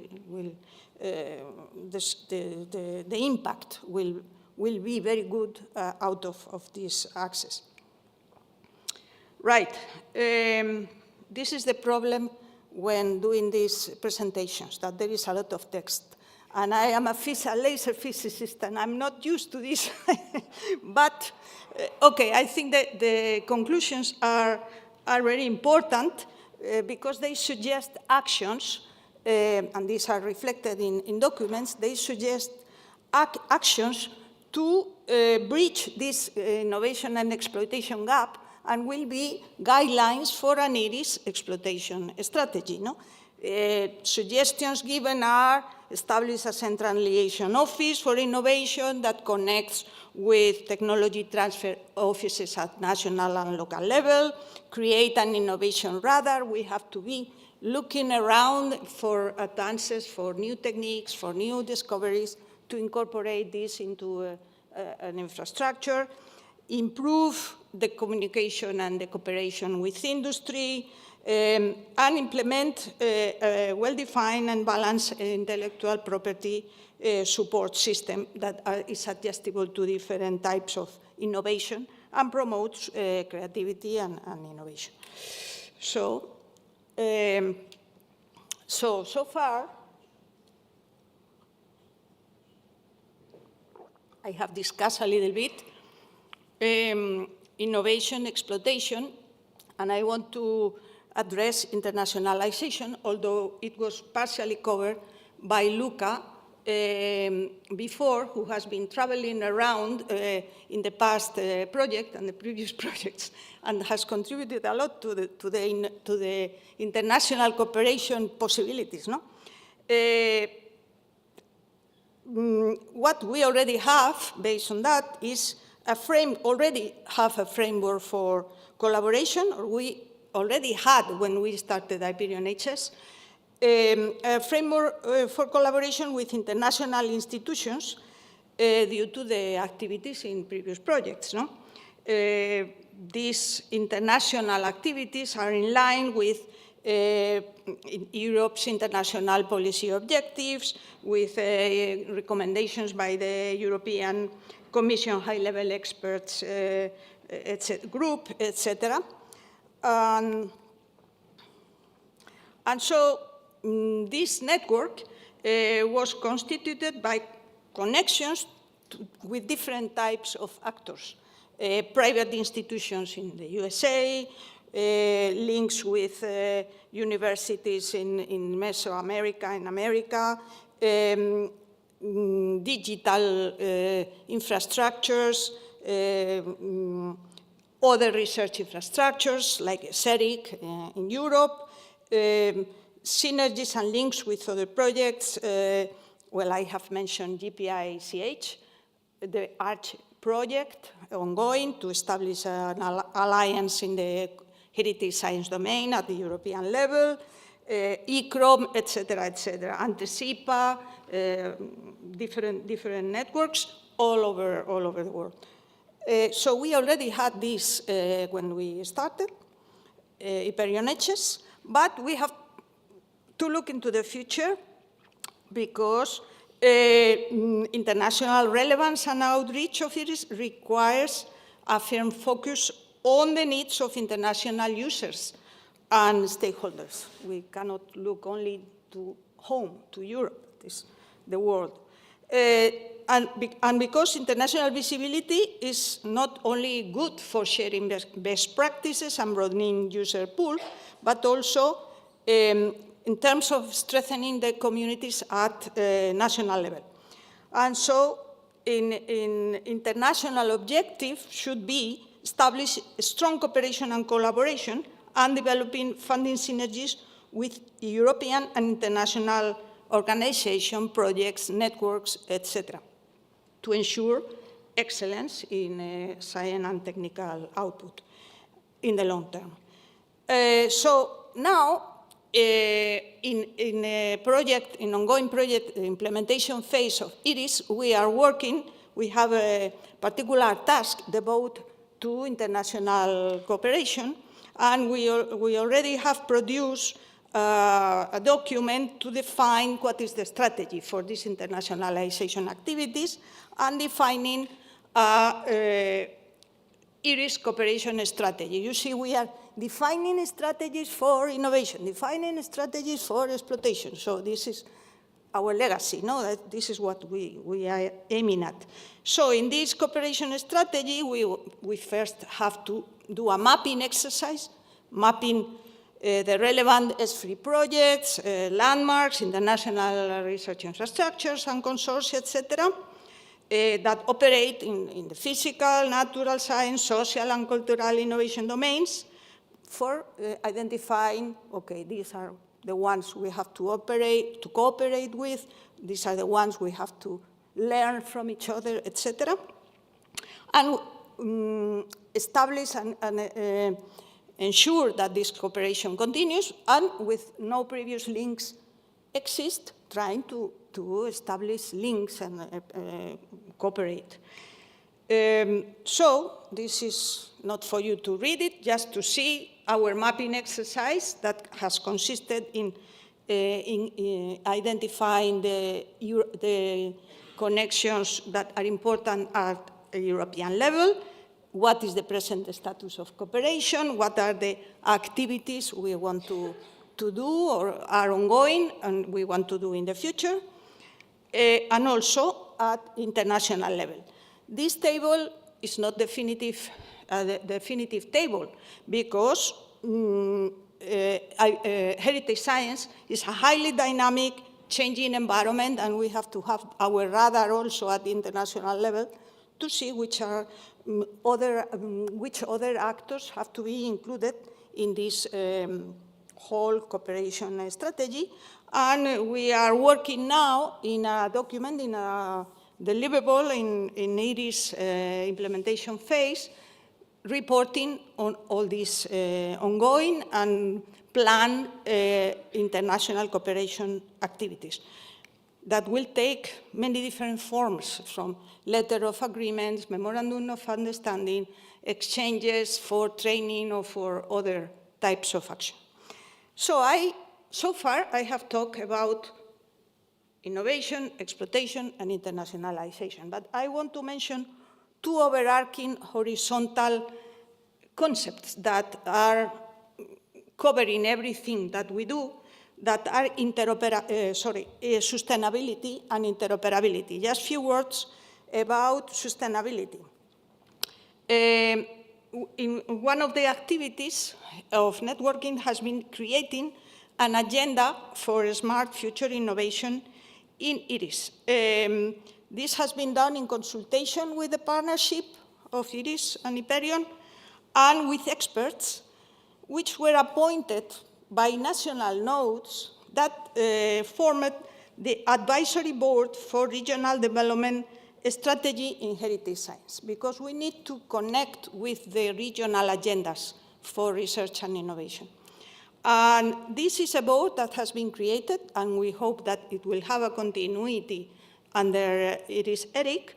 And so these people contributed also to the document, which sets out the priorities for medium, long-term sustainable development of the infrastructure in relation with the funding opportunities, because if there is no funding, there is no possibility to maintain the infrastructure, and that aligns with these priorities at national and regional level. And so the agenda has 7 chapters according to these 7 challenges that have been identified by the European Commission staff working document, explores long-term and multi-level funding opportunities, and for each of these objectives in this document, this staff document, specifies concrete actions for the next 5-year period. So it's a document that touches ground, because says, okay, you have to do this, we suggest to do that. Polonza, you agree? She was the person in charge of this. And I want now to mention also, this was sustainability, I want to mention interoperability in a very brief way. Victor this morning presented some slides. Interoperability of instrumentation and digital documentation is key for working in a community as complex as heritage science. And we produce during Iperion HS a data management plan for Iperion, which could be the basis for the data management plan of E-Rihs ERIC. And this is work on preparation of the future extra platform, the DigiLab platform.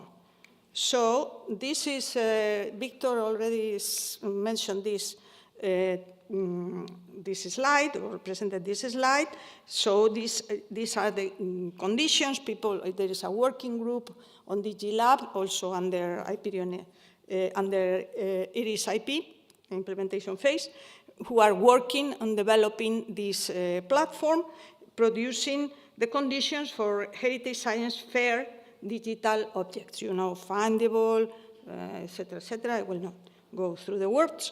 I will go very quick just to say that there is already a subsection of this digital platform that for the moment includes all the, or at least the protocols to include all the data, metadata, identifiers that we produce in our research and our access activities in this partnership. So this is a big step because these are difficult task. Creating this digital DigiLab out of nothing is a very difficult task. It took us a long time, but we are seeing now solidification of one other part. We have the big challenge of having our data in the repositories. We are obliged, but we are still, for us, some of us is, oh, I have to do this, and how to do it. No? So I think we are little by little getting more use and having more possibilities to do this with the help of the experts. And I think that's all from me. I just wanted to give an overview of these networking activities, aiming at showing you that we are leaving a legacy, not just a collection of boring documents, something that stays and that is useful for the E-Rihs ERIC to be. And I want to finish by giving thanks to many Iperion HS and Iperion CH and other people before that, especially to these people, but especially to Dimitris Anglos, Laura Benassi, Paula Carmona, Adam Gibson, Joseph Padfield, Luke Capezzati, Roxana Radvan, Polonza Ropret, Sofia Sotiropoulou, and Jan Strioba, who have been working hand by hand in all the things that I have mentioned this afternoon. And for that, I thank you for your attention.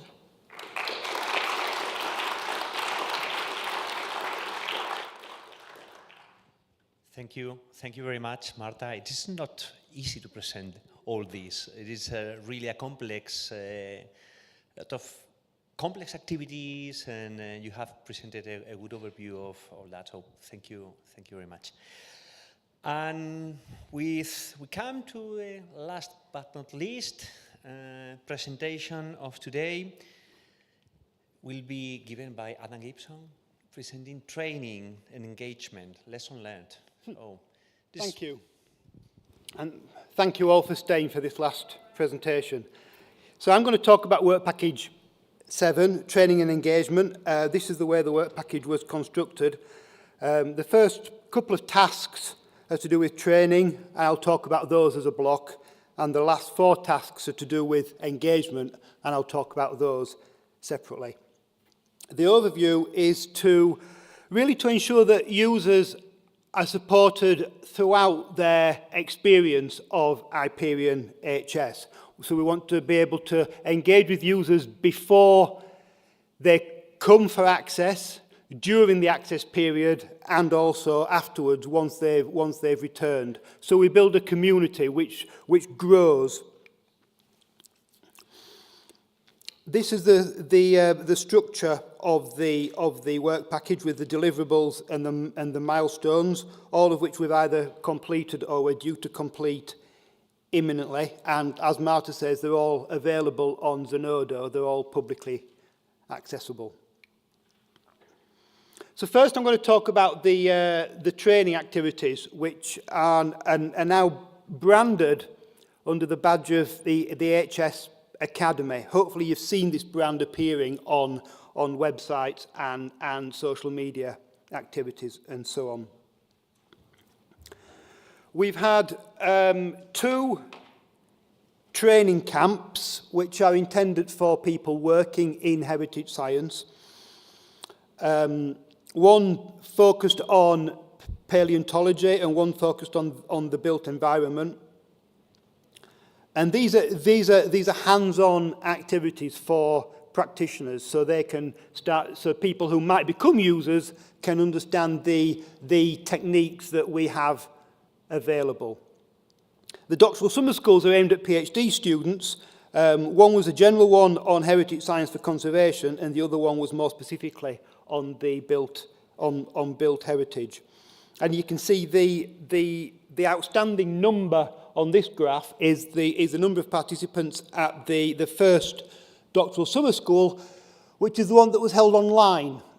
So this is one of the few benefits of COVID, which is that we learnt to engage with people through Zoom, through Teams, and we got huge audiences.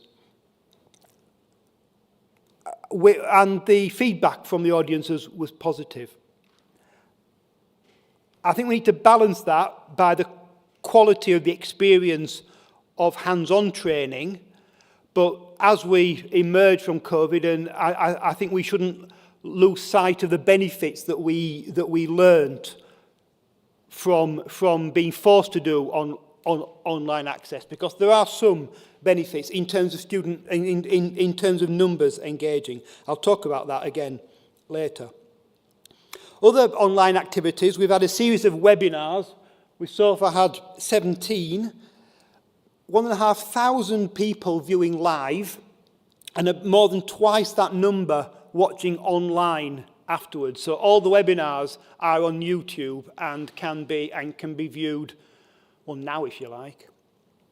We've also had a series of lectures organised by an editorial board of emerging professionals, and these are aimed at giving more technical talks. Again, we've had 14 lectures, over 1,000 participants, 2,500 views online. I think we're all surprised and proud by how big these numbers are.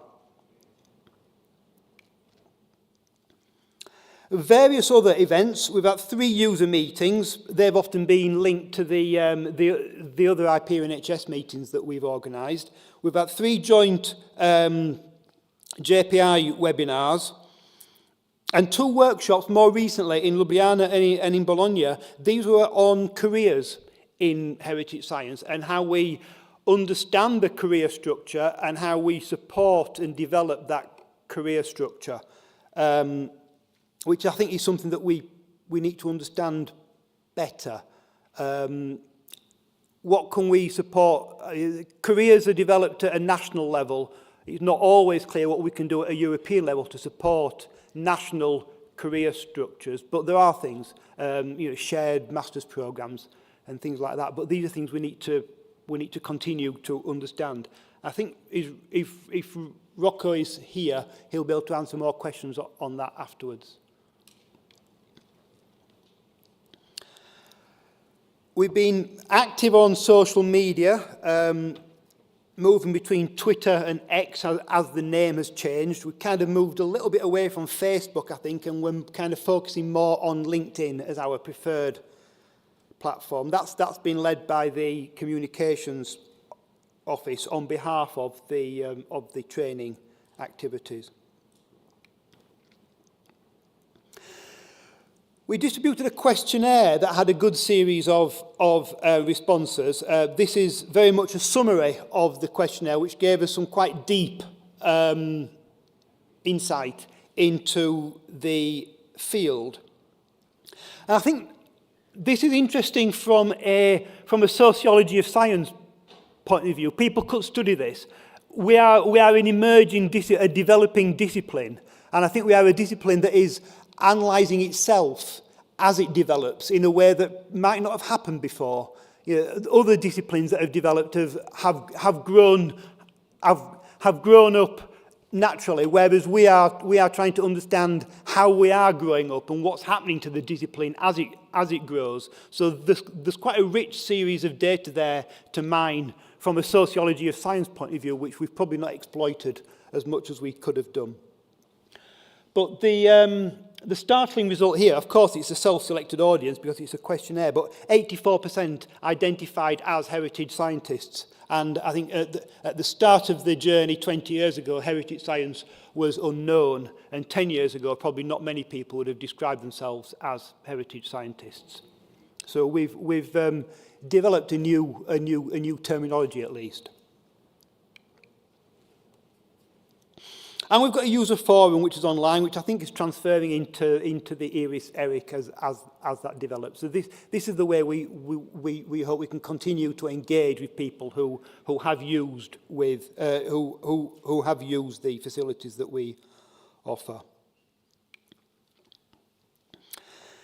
The other half of this work package has been the engagement of new user communities, and those user communities defined in the grant agreement were social sciences and humanities, the built environment, paleontology and paleoanthropology, and archaeology. The details of the engagement that we have undertaken with these communities will be described in detail in the deliverable, which will be published in the next few weeks. I'm not going to summarise that in great detail here because there are more than 50 organisations that we've engaged with, and you don't want me listing 50 sets of acronyms at 5 o'clock in the afternoon. 140 or more events. That's shared across Iperion HS because it's not always just one task or one work package that's been leading these things, but Iperion HS itself has been active. And 34,000 attendees. Certainly a lot of these are duplicates, but even just the number by itself is quite spectacular. When we started off, I was hoping we could develop a strategy for engaging with new user communities, which we could then roll out to other user communities as we develop. But I was quickly shown to be wrong in that assumption because the communities are so very different from each other. Now, archaeology has got a big influence from private companies. Paleontology is largely led by academic institutions. Engaging with these is very different. And I don't think we can engage with any new user community until we have insight into that user community. And we need to adapt our methods of engagement so that they are appropriate for that community. So some of the new user communities that Marta mentioned in the innovation report, one was media, for example, so film and television and theatre, who clearly create a huge amount of heritage, but they can also help with interpretation, with demonstration, with you know, through virtual reality, engagement with heritage and so on. I hope that future projects will engage with these communities, with media, but they will have to develop their own strategies for doing so. I think some of the other critical communities which we need to engage with moving forward, identified in that same report. One was the military, who create heritage, and they also protect heritage by preventing the public from accessing certain sites. Engaging with the military is going to be very different from engaging with academic discipline. And also well-being and mental health and things like that. There's a lot of activity and overlap now between mental health and heritage. Again, that's another different community. One example that was raised was the mental health. This links mental health and military. It's the mental health of veterans and projects where they are asked to engage with, for example, field archaeology and things like that as part of their rehabilitation. You know, it's important, but I don't think we are engaging with that as a community as much as we should do. And if we choose to do so, that will need different strategies. So just learning how to engage with one community doesn't tell us how to engage with others. We have found conferences, workshops, newsletters and training events helpful, of course. Some online, some face-to-face. And there are different groups of people we need to engage with. But this is a much more complex task than what I had anticipated it being. So what lessons can we pass on to the next phase of the project? First of all, online events attract huge audiences. And they are people appreciate them. We get good feedback from them. On the other hand, the face-to-face events are also very popular. I think we need both. I think we need online events to attract new people, to engage with people who can't travel, and to engage with people who might not be sure that an event is something that they want to commit a great deal of time to. Because we're a cross-disciplinary community, people are going to have some interest in events, even if it's not their main area of work. And if it's not your main area of work, you can't always justify 3 days to travel to a workshop. However, for people for whom it is their main area of work, we do still need to be offering face-to-face, hands-on, practical training activities. Online lectures and webinars are great for engaging with the broader community, partly because we have that legacy behind. We can leave them on YouTube and people can watch them in their own time. They can become a real resource for the future. I think as well, climate change is not going to go away. Travel is going to become harder. We're going to have to be more selective about the journeys that we make, and online events will help the community stay together and develop when travel becomes more and more limited. As I've said, different user groups do require different methods of engagement.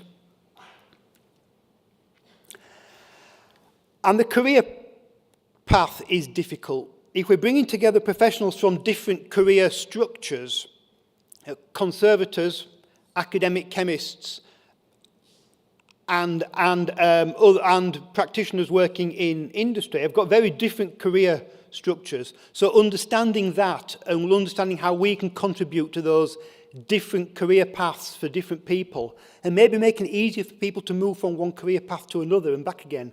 These are challenges which I don't think we've yet solved. And one thing we learned from the questionnaire is that people always want more opportunities for training.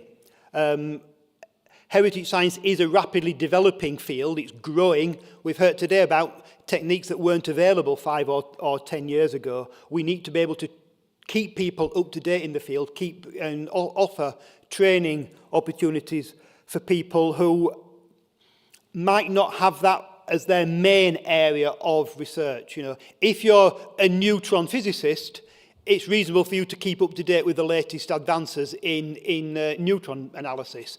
But if you're a conservator, you don't have time to do that. So we need to be able to offer easy access for people to understand the latest developments at an appropriate level as well. None of this is easy. We've not solved all of these problems, but I think we have shown what problems remain to be solved. Finally, I'm going to end with some thanks. The members of Work Package 7, all the task leaders and the people associated with the work, of which there are probably more than 12 given staff changes and so on, they have done the work that I've described. So I'm just reporting on their work, and I'm very grateful to all of them for the work that they've done. The Emerging Professionals editorial board have been fabulous. They've taken, these are young scientists, and they've taken this responsibility seriously, and they've come up with some fabulous lectures. They've done a great job, and I'm really grateful to them. Personally, I must say a special thanks to Jana and Marta. This is my first activity in a European project, and they've guided me and given me a lot of advice, particularly in the early days when I didn't know what I was doing, and I'm very, very grateful to them for that. And I realised looking at the programme today that the one work package which has probably done most towards the success of Iperion HS hasn't got a session where it can wave its flag and we can thank it. So I hope we can thank Work Package 8, which is the coordination work package, who have done a fabulous job underpinning all the work we've done today. My work package wouldn't have been half as successful without them, and I suspect that's true of all of the work packages. So they've been great. So thank you especially to Work Package 8, Jana and her team, the coordination office. Thank you. Thank you to them.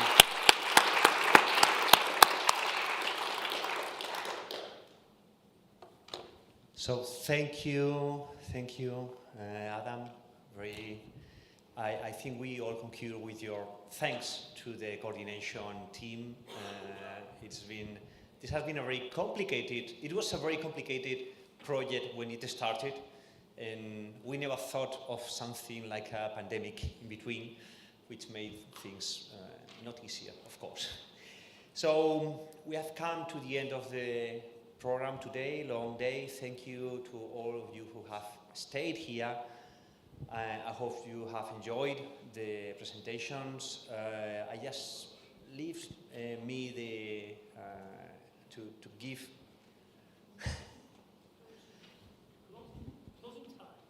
Luca the last words. I will not be remembered for this. Oh, yeah. Yes, Adam is right. And I wonder why this happened, but then it's rather obvious because it's in the definition of infrastructure. When an infrastructure is good, you don't realize it's there. If you think to electric light, you switch the power switch. You don't think to the power cables here, to the central, the production of energy. No, it's here, I switch on the light. You notice the lack of the infrastructure. When it's a problem, you don't switch anything. Oh, where is the light? So you notice the good infrastructures only when they are not working. And that, in a certain sense, is what happened to Work Package 8. It's been taken for granted. It's the infrastructure inside the infrastructure. It allowed the project to survive, practically speaking. I said this morning that we had daily meeting of the coordination office, studying strategies to keep the group together. Most of that has been unprepared. We were unprepared for what happened. But we were prepared for managing a consortium of almost 70 institutions. So also that is legacy. This group of people has been through a pandemic, managing a consortium of 70 institutions, dealing with the partners, dealing with all the services of the project as it was planned for. When we planned in the project, we said, Work Package 8 is the coordination office. All the coordination of the activities, training, networking, access. has been made there. All the management. So, well, what to say? We can repeat the names of all the people who work there, starting from one who left. Monique Bossi started with us, but then is working in a big infrastructure. She's working for the Einstein telescope in Italy. And she left the CNR. But who remained is here also, Laura Benassi. Francesca Usala is not here. Elisabetta Andreassi, she was here for the IGA, yeah, she's part of the office. Recently, you met her in Evora, Antonina Chaban. She got a role also in the Young Editorial Board, if I remember correct. And of course, who managed all this, Siana, she has already been credited, but let's credit them again. Yes, of course, also David has been already credited this morning by Costanza, running the user help desk. This is really a good heritage that we pass to E-Rihs. We don't know how and if E-Rihs will exploit this legacy, but it's there. And about this, what to say? I have to say thank you to Emilio and to the CSIC. It hasn't been the kickoff, but we had, in the end, the meeting at the last possible chance of having a meeting. So I'm glad that we are closing here. It's a wonderful place. And I hope that the Spanish node will develop greatly in the infrastructure. So I think that we can say thank you to you and for the organization. We are only one of the 25 meetings that you have in these days, but we occupied our slot. We felt comfortable, and it is a very good place for closing the Iperion HS. Recommendation, stay connected with the coordination office because the mail bombing towards the end of the project is starting in a few days. Thank you all, and enjoy the social dinner, the visit, and whatever you are doing this evening.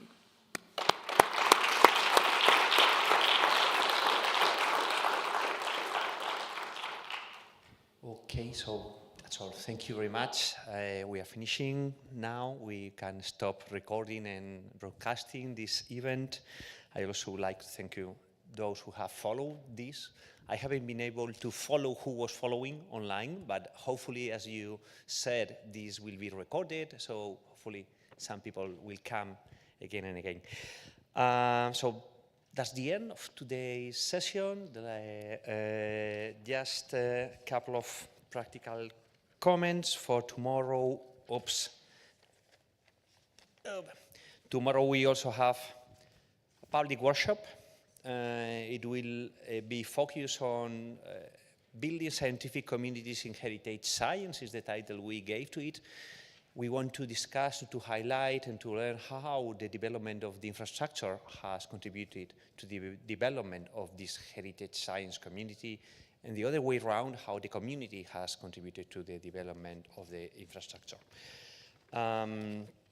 Now, for those who have signed up for the visit of the museum, we will meet at the museum entrance in 1 hour. You have instructions to reach the museum in the desk in the front. We already sent them yesterday. Unfortunately, I have to remind that this is limited to those who signed up for that. For security reasons of the museums, we will be visiting some restricted areas, so unfortunately we cannot accept people, new people coming now. I'm sorry, I'm really sorry for that, but it is a security constraint, and we already, that's why we send this email asking you for the details and to send them in advance. And then we have the social dinner at 20. Also for those who will be there. So we will meet you later for those who are coming, and for those who not, thank you for coming. I hope you have enjoyed this day. I apologize for all the errors and mistakes we have made in the organization of the event, but hope that notwithstanding that, you have enjoyed this meeting. Thank you.